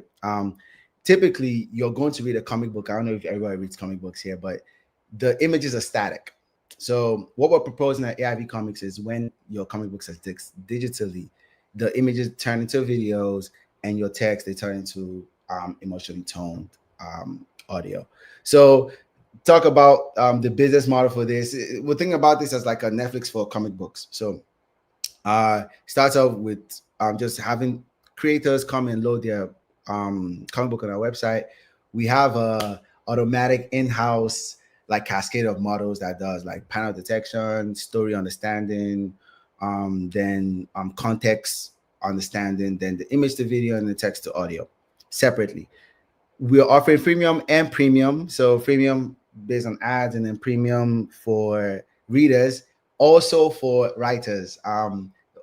We have like a way to just, yes, first of all, we give like a free initial rundown from image to video, but after that, you know, for any additional processing or for support, then we can go for higher tiers.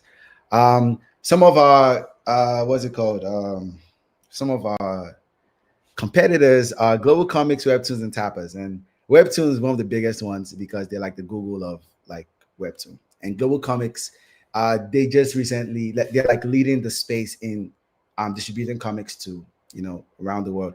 One thing with all of these guys is, you know, your digital comics are just scanned copies. Webtoon August 15 have released an update where they choose some specific titles to try to convert it from comic book to an 8-minute video. They use VFX just like motion comics, and people actually act it. The issue with that is it's not very, you can't scale up with that. So everything has been built front end, back end. Then there's like a AI video engine at the back. This is just some technology flow. So our go-to-market strategy, I know some people might ask, this has to do with a lot of like content IP, you know, stuff. So we're able to find, so we've got the customer, and this was through like my connection at Meta. You know, I knew somebody that had left there, and then he started like a big, huge company, comic book company. And that's like a good traction on there. But other than that, there's a website that hosts like comic books that have lost their licenses. It takes about 65 years to do that. So the plan is I'm going to bring old comic books back to life, use that to prove the technology, and then slowly get indie artists to work with us for specific times, free starting off, and then after the period of time, you know, we ask if they want to renew with payment. And this is just to build our catalog. So I am solo on this because it was like a project I just thought about, and I was like, you know, let me just see if I could do it. It took me about 3 months and I wouldn't lie, I was able to move really fast because I could vibe code, or I vibe code at some point. It gets annoying sometimes though, but the fact that I had like a co-founder with me that was this AI guy, you know, was very helpful. So let me quickly show you guys, like we have a landing page. So I don't know if you guys can see this. Idea is Netflix for comic books, digital comic books. If comic books exist digitally, they should, you know, be alive. So for example, now you have like, these are some examples of old comic books, and Latifa is the amazing founding creator that we had, you know, to help us build this whole idea together. So the difference is subtle. Basically, what you're reading comic books like this, so this is like a specific scene, and you know, you have other scenes where there's like animation and just things that just influence the emotions more. nice guided reading experience. Maybe we can go to the actual. So, for example, this is what the comic book reader. I think it might be reloading again. 1 second. Okay, this is what the comic book reader will look like. Typically, you read your stuff like this. This is one of the old ones that I was talking about. So what the difference will be is there's bring this comic book to life, and then there's also guided reading experience, which I'm still playing around. But for the first MVP, there's just you reading, and every time that you read, the panels in there just images are turned into videos. It's also aware of the panels, so it doesn't like mess up the story flow, keeps things in the panel. At this time, so this is what the guiding experience looks like. So it kind of just helps you. So it pauses the rest of the video, and then the specific video you're on is what is playing. I think, yeah, so this is the general idea of what I'm working on. We plan to go to or launch like sometime end of this month. So once we get like 10 titles, we're still processing them back end. It takes about 5 minutes per panel to process, which is one of the ultimate things I want to do to optimize this whole thing. I think I'm on 9 minutes now. So that's pretty much the gist of it. I think I can start presenting now. How do I do that? Stop. Okay, thank you. If there's any questions, I'll be taking it now. And by the way, this is my first pitch, so please take it easy on me, okay? Yeah, awesome. Great pitch, man. Great project. Let's bring the judges up. Peter, can you help me?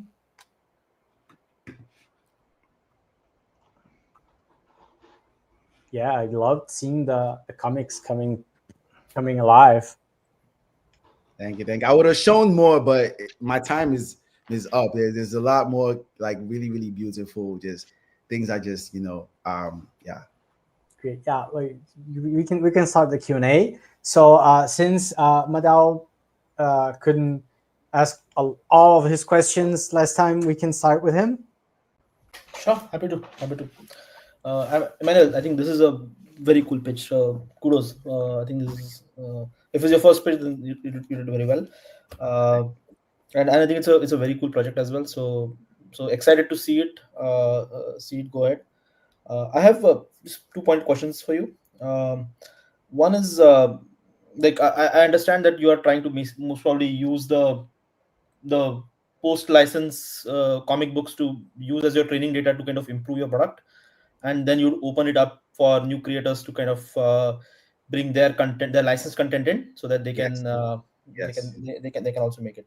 One question I have is one is in terms of languages. Like, are you going to just support the comics in the language that they've been written in, or are you also trying to support multilingual situations? Thank you very much. It is a multilingual thing, and that's why we separate the audio and the video processing. Mm-hmm. So we have a basic audio since it stays the same, and then we have video, and then we have like audio that processes in Chinese, Japanese, English, and Spanish right now. But we're looking to add other languages. Those are the only. Well, I say we. I'm looking to add other languages, but those are the one that we just have right now. Sounds good. And one basic question that I have is like I look at your product, and you're like trying to make the frames like basically you're trying to make a GIF out of each of the frame, right? Like you're like a video, yes, small GIF, small GIF of each of the frame. Like, what is stopping you in actually taking like a chapter and trying to convert that into a video? Which, like, for example, if someone is watching One Piece, the anime, versus One Piece the yes, the video anime versus the So why are you trying to do this versus that? Why not? So I've worked with AI, and this is my own take on how AI in relation to creativity.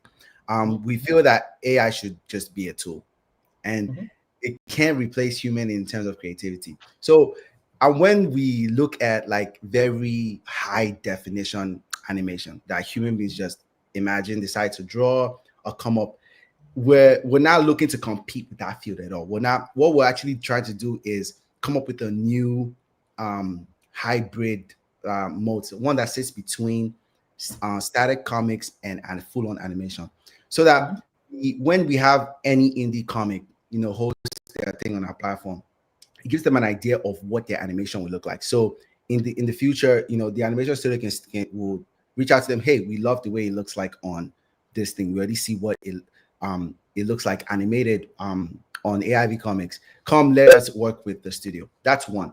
The second thing is, yes, we are going to offer that, but because we don't want to go full 20-minute animation, we still want to give this comic book reading experience, because the mode is really Netflix for digital comic books. So people that read comic books can still read comic books with the flow, the pace, but then this time it's more enhanced. There's going to be some pages, like there's some pages that are just full on action, right? Those pages are going to be converted into your short form, maybe 10-second, 20-second video. And that's going to be the extra, what's it called? The extra, if the comic reader wants that kind of feature on their action page, then we'll offer that, where we convert, just give one high stack. We keep the art style the same, everything, and then convert that one page into the 10-second thing, as opposed to the full animation. That's why we're not doing full animation, because we're going for comic book digital. Okay. Sounds good. Thanks. Those were my questions. I'll answer the time. Thank you very much.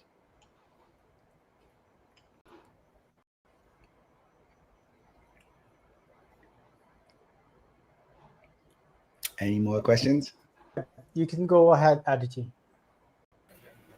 Hey, Manuel, I think that was a very engaging presentation. I think I'll be one of your subscribers for sure.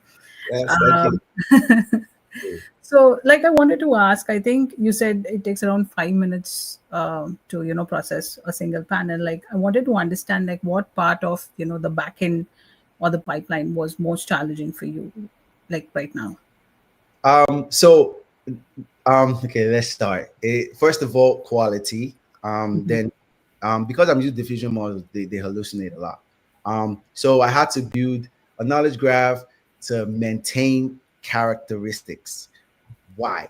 Because the original artist that I'm working with, the goal is to get something called Character Bible, which contains what the characters look like, high quality, so that I can actually train a model on it, so that when you have a situation where a person turns around, you have complete detail. So that's one of the biggest challenge that I had. I had to, just because I couldn't get the Character Bible yet, and maybe all artists might not have Character Bibles, we went around and then implemented knowledge graph that keeps building on each other. So what happens is, during inference, we inject a lot of context and characteristics from the knowledge graph. That was one of the hardest thing. The second one right now is the time that it takes. I think we figured it. I just haven't implemented it yet. So I can reduce my number. I'm going about 15 inference steps at this time. I can reduce number of inference steps from that to maybe 5, and then that cuts it down to 1 minute. And there's a way. I was researching it right before we started the meeting. Now there's a way to do that. So that's one of the other challenge that we're facing right now. Once we do that, then that reduces the cost of everything, because most of the models are in-house. So we're not paying so that it makes it worth it at that point. Awesome. I wanted to ask you, as a founder, right? I mean, what keeps you motivated on your tough days, especially when you're building something so unique at the intersection of tech and storytelling. So just walk us Honestly, through. my bank account, the people that are around me, when when I see them living the life that I want to, or when I talk to my dad and he's like, dude, what are you doing? And then I sit down and look, okay, wait, what's going on? I either have the choice between going for something risky and then making it worth it. I have a little time right now to just play around and do something, or I just, I do what I know typically. And I have that itch sometimes that makes me want to be risky. I think that's what, so when I look at my bank account and it's really low or it's not doing what I want it to do, I think about the future and it's like, you know what, I'm not going to sleep tonight. Something just has to go. In the terms of this comic thing that I'm building, I feel like I gambled to to leave my job in Meta. So I did that so that I could give myself that fire. It's like as soon as I did it, like my parents are like, "Well, what's going on, dude? Like, are you okay?" So I think when I just think about that, I wake up and I'm like, "Yo, I don't got a job. I gotta pay for rent. I gotta do something. I gotta just make something." And the position I put myself in is what has allowed me to, just keep.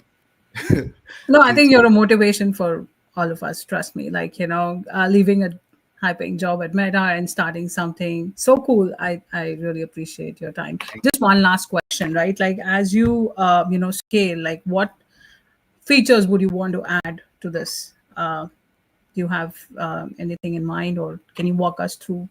So the thing of full on animation. So there are companies right now that are some startup companies that are looking to do that. The only fear that I have with them is when I went out to like research and talk to Comic Cons and some of these creators, the issue that they have is you taking their work and playing with it. So I don't know, as coders, right? There's one feel you have when somebody else touches your code, like, dude, what's going on? Why? Don't touch my code. Creators are like that sometimes. So what we want to do is in the future, after we've built this trust for quality and consistency, we want to go ahead and then add the full-on animation for the each of the things. The future work that we're actually looking at doing is physical comic books, going into physical comic books. And at Meta and Snapchat, they're still developing their AR glasses, right? So imagine that you can read physical comic books and there's like whether a QR code, and this is still young, whether there's a QR code or something that allows you to read your comic books, but then you have your audio and you have your augmented reality. It's able to video comic, is able to convert the physical comic books into digital comic books. That would be like a far shoot. And then the other places that this content can actually go inside, like maybe like fashion and stuff like that. But really, the comic book is where it is like okay, wait, if we finish this and we get the trust, then maybe we can actually partner with comic book companies as they are printing out the comic books. They take into account this and they print out certain QR codes that allow people to read physical comic books like alive. Yeah. All right. Thank you so much, Emmanuel.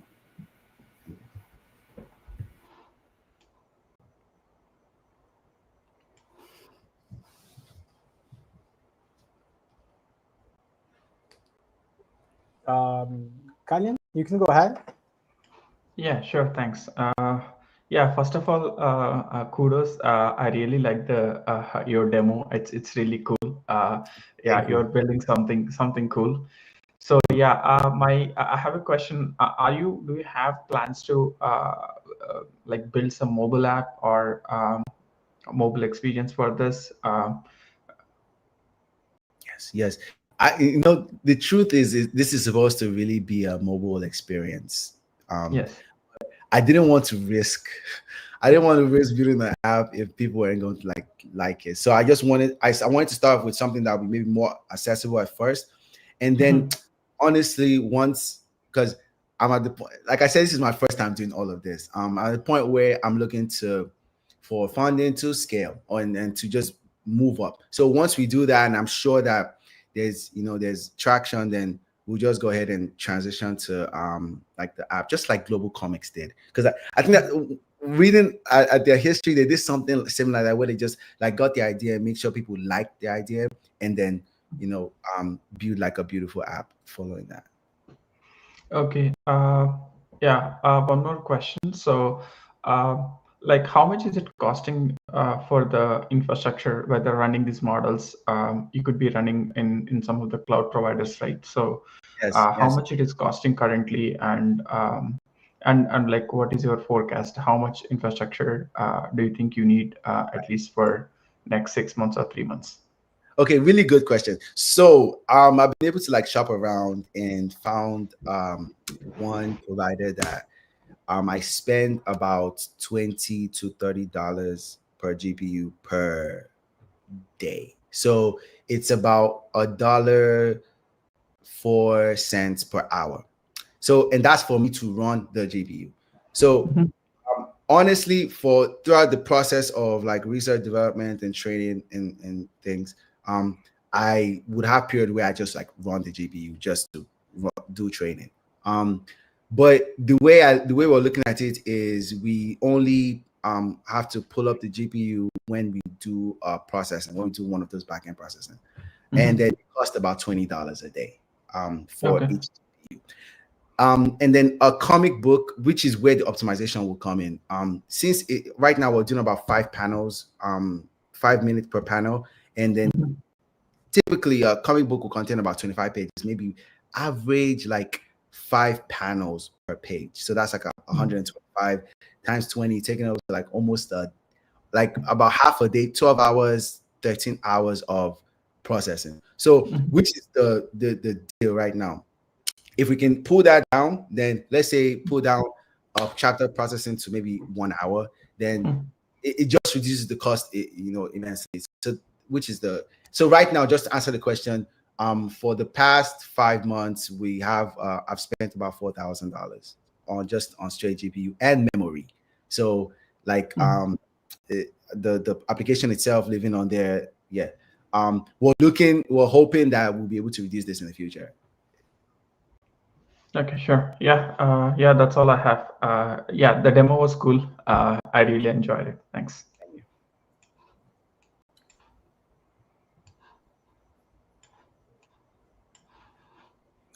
You can go ahead, Naman. Yeah. Great. So yeah, thanks again for great demo. Yeah, I always remember as a child imagining this would be a reality someday. So great. Thank you.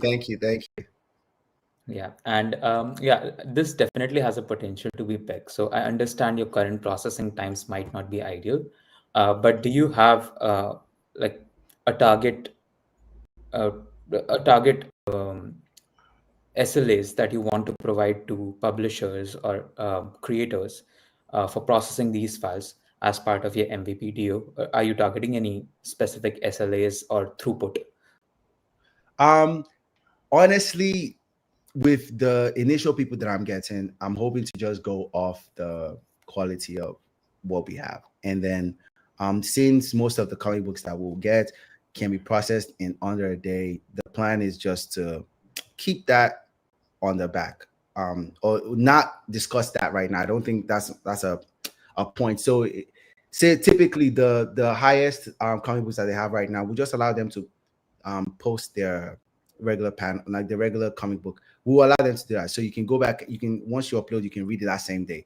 But in terms of the backend processing, just for the MVP, I'm not looking to use that as like a metric, since it's not too impressive right now to me, because it takes about 5 per so not for the MVP, but that's the plan. That's actually the next phase. Like once we're done, we have traction. The plan is to do everything to minimize and optimize that the time. And I already have a solution. I just haven't implemented it yet. Makes sense. And I assume you are more of a distributor than a content creator of your own, right? Or a publisher. Yes, right? Like a marketplace. Yes. Yeah.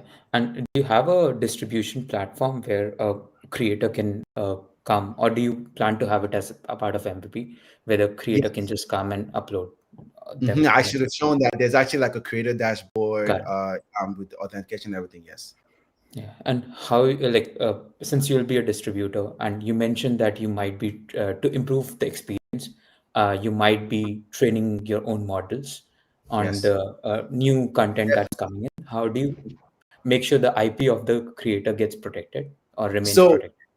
There are two. One of the things I was speaking with the lawyer about this, so that I can like help us draft the initial contract. So originally there are two parts. There's the training, the panel detect, so the segmentation data. That one it doesn't have licensing issues. It's just structure and space, right? And the second one is where we actually train the model to be consistent on the images or the videos that are produced. That one will need permission from it will be part of the contract. if you wanted a specific tier of animation. Say, for example, you have to do the high quality video form, then you would need that. And the other thing about this is what I'm planning to do is, because it's LoRa models and they can just exist like by themselves for each title, right? The plan is we will let them know that they own their LoRa model, and then whenever they decide to leave with us, we delete that. So we'll only use the LoRa model during their own inference of their title, and then when they decide to, and the idea is to keep that those weights for them confidential. You know, we only use it for them, and then whenever they decide to leave us, you know, we'll take it away. I mean, just think about like isolating their probably knowledge bases that you may have, or vector databases. Could be ways of doing True. that. Yeah, for sure. Yeah, great thing. Great presentation. I'm looking forward to using this product. Yeah. Thank you. Please, it's aivcomics.net. There's a wait list. If you guys join out, there's a amazing email that we're going to send right after once it goes live. You guys will enjoy it. I really appreciate it. Thank you. Thank you. Thanks for presentation. Yeah, thank you. Great, Emmanuel.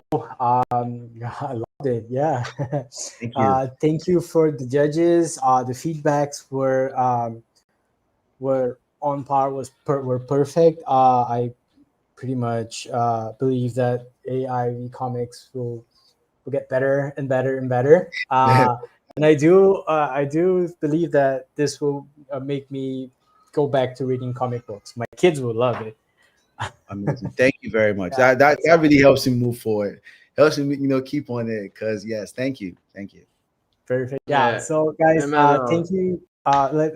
Pedro, can you put everybody on the screen? Yeah. I would just say to Emmanuel that I Awesome. know total leveling, so I get the reference of his. Okay, right. My guy.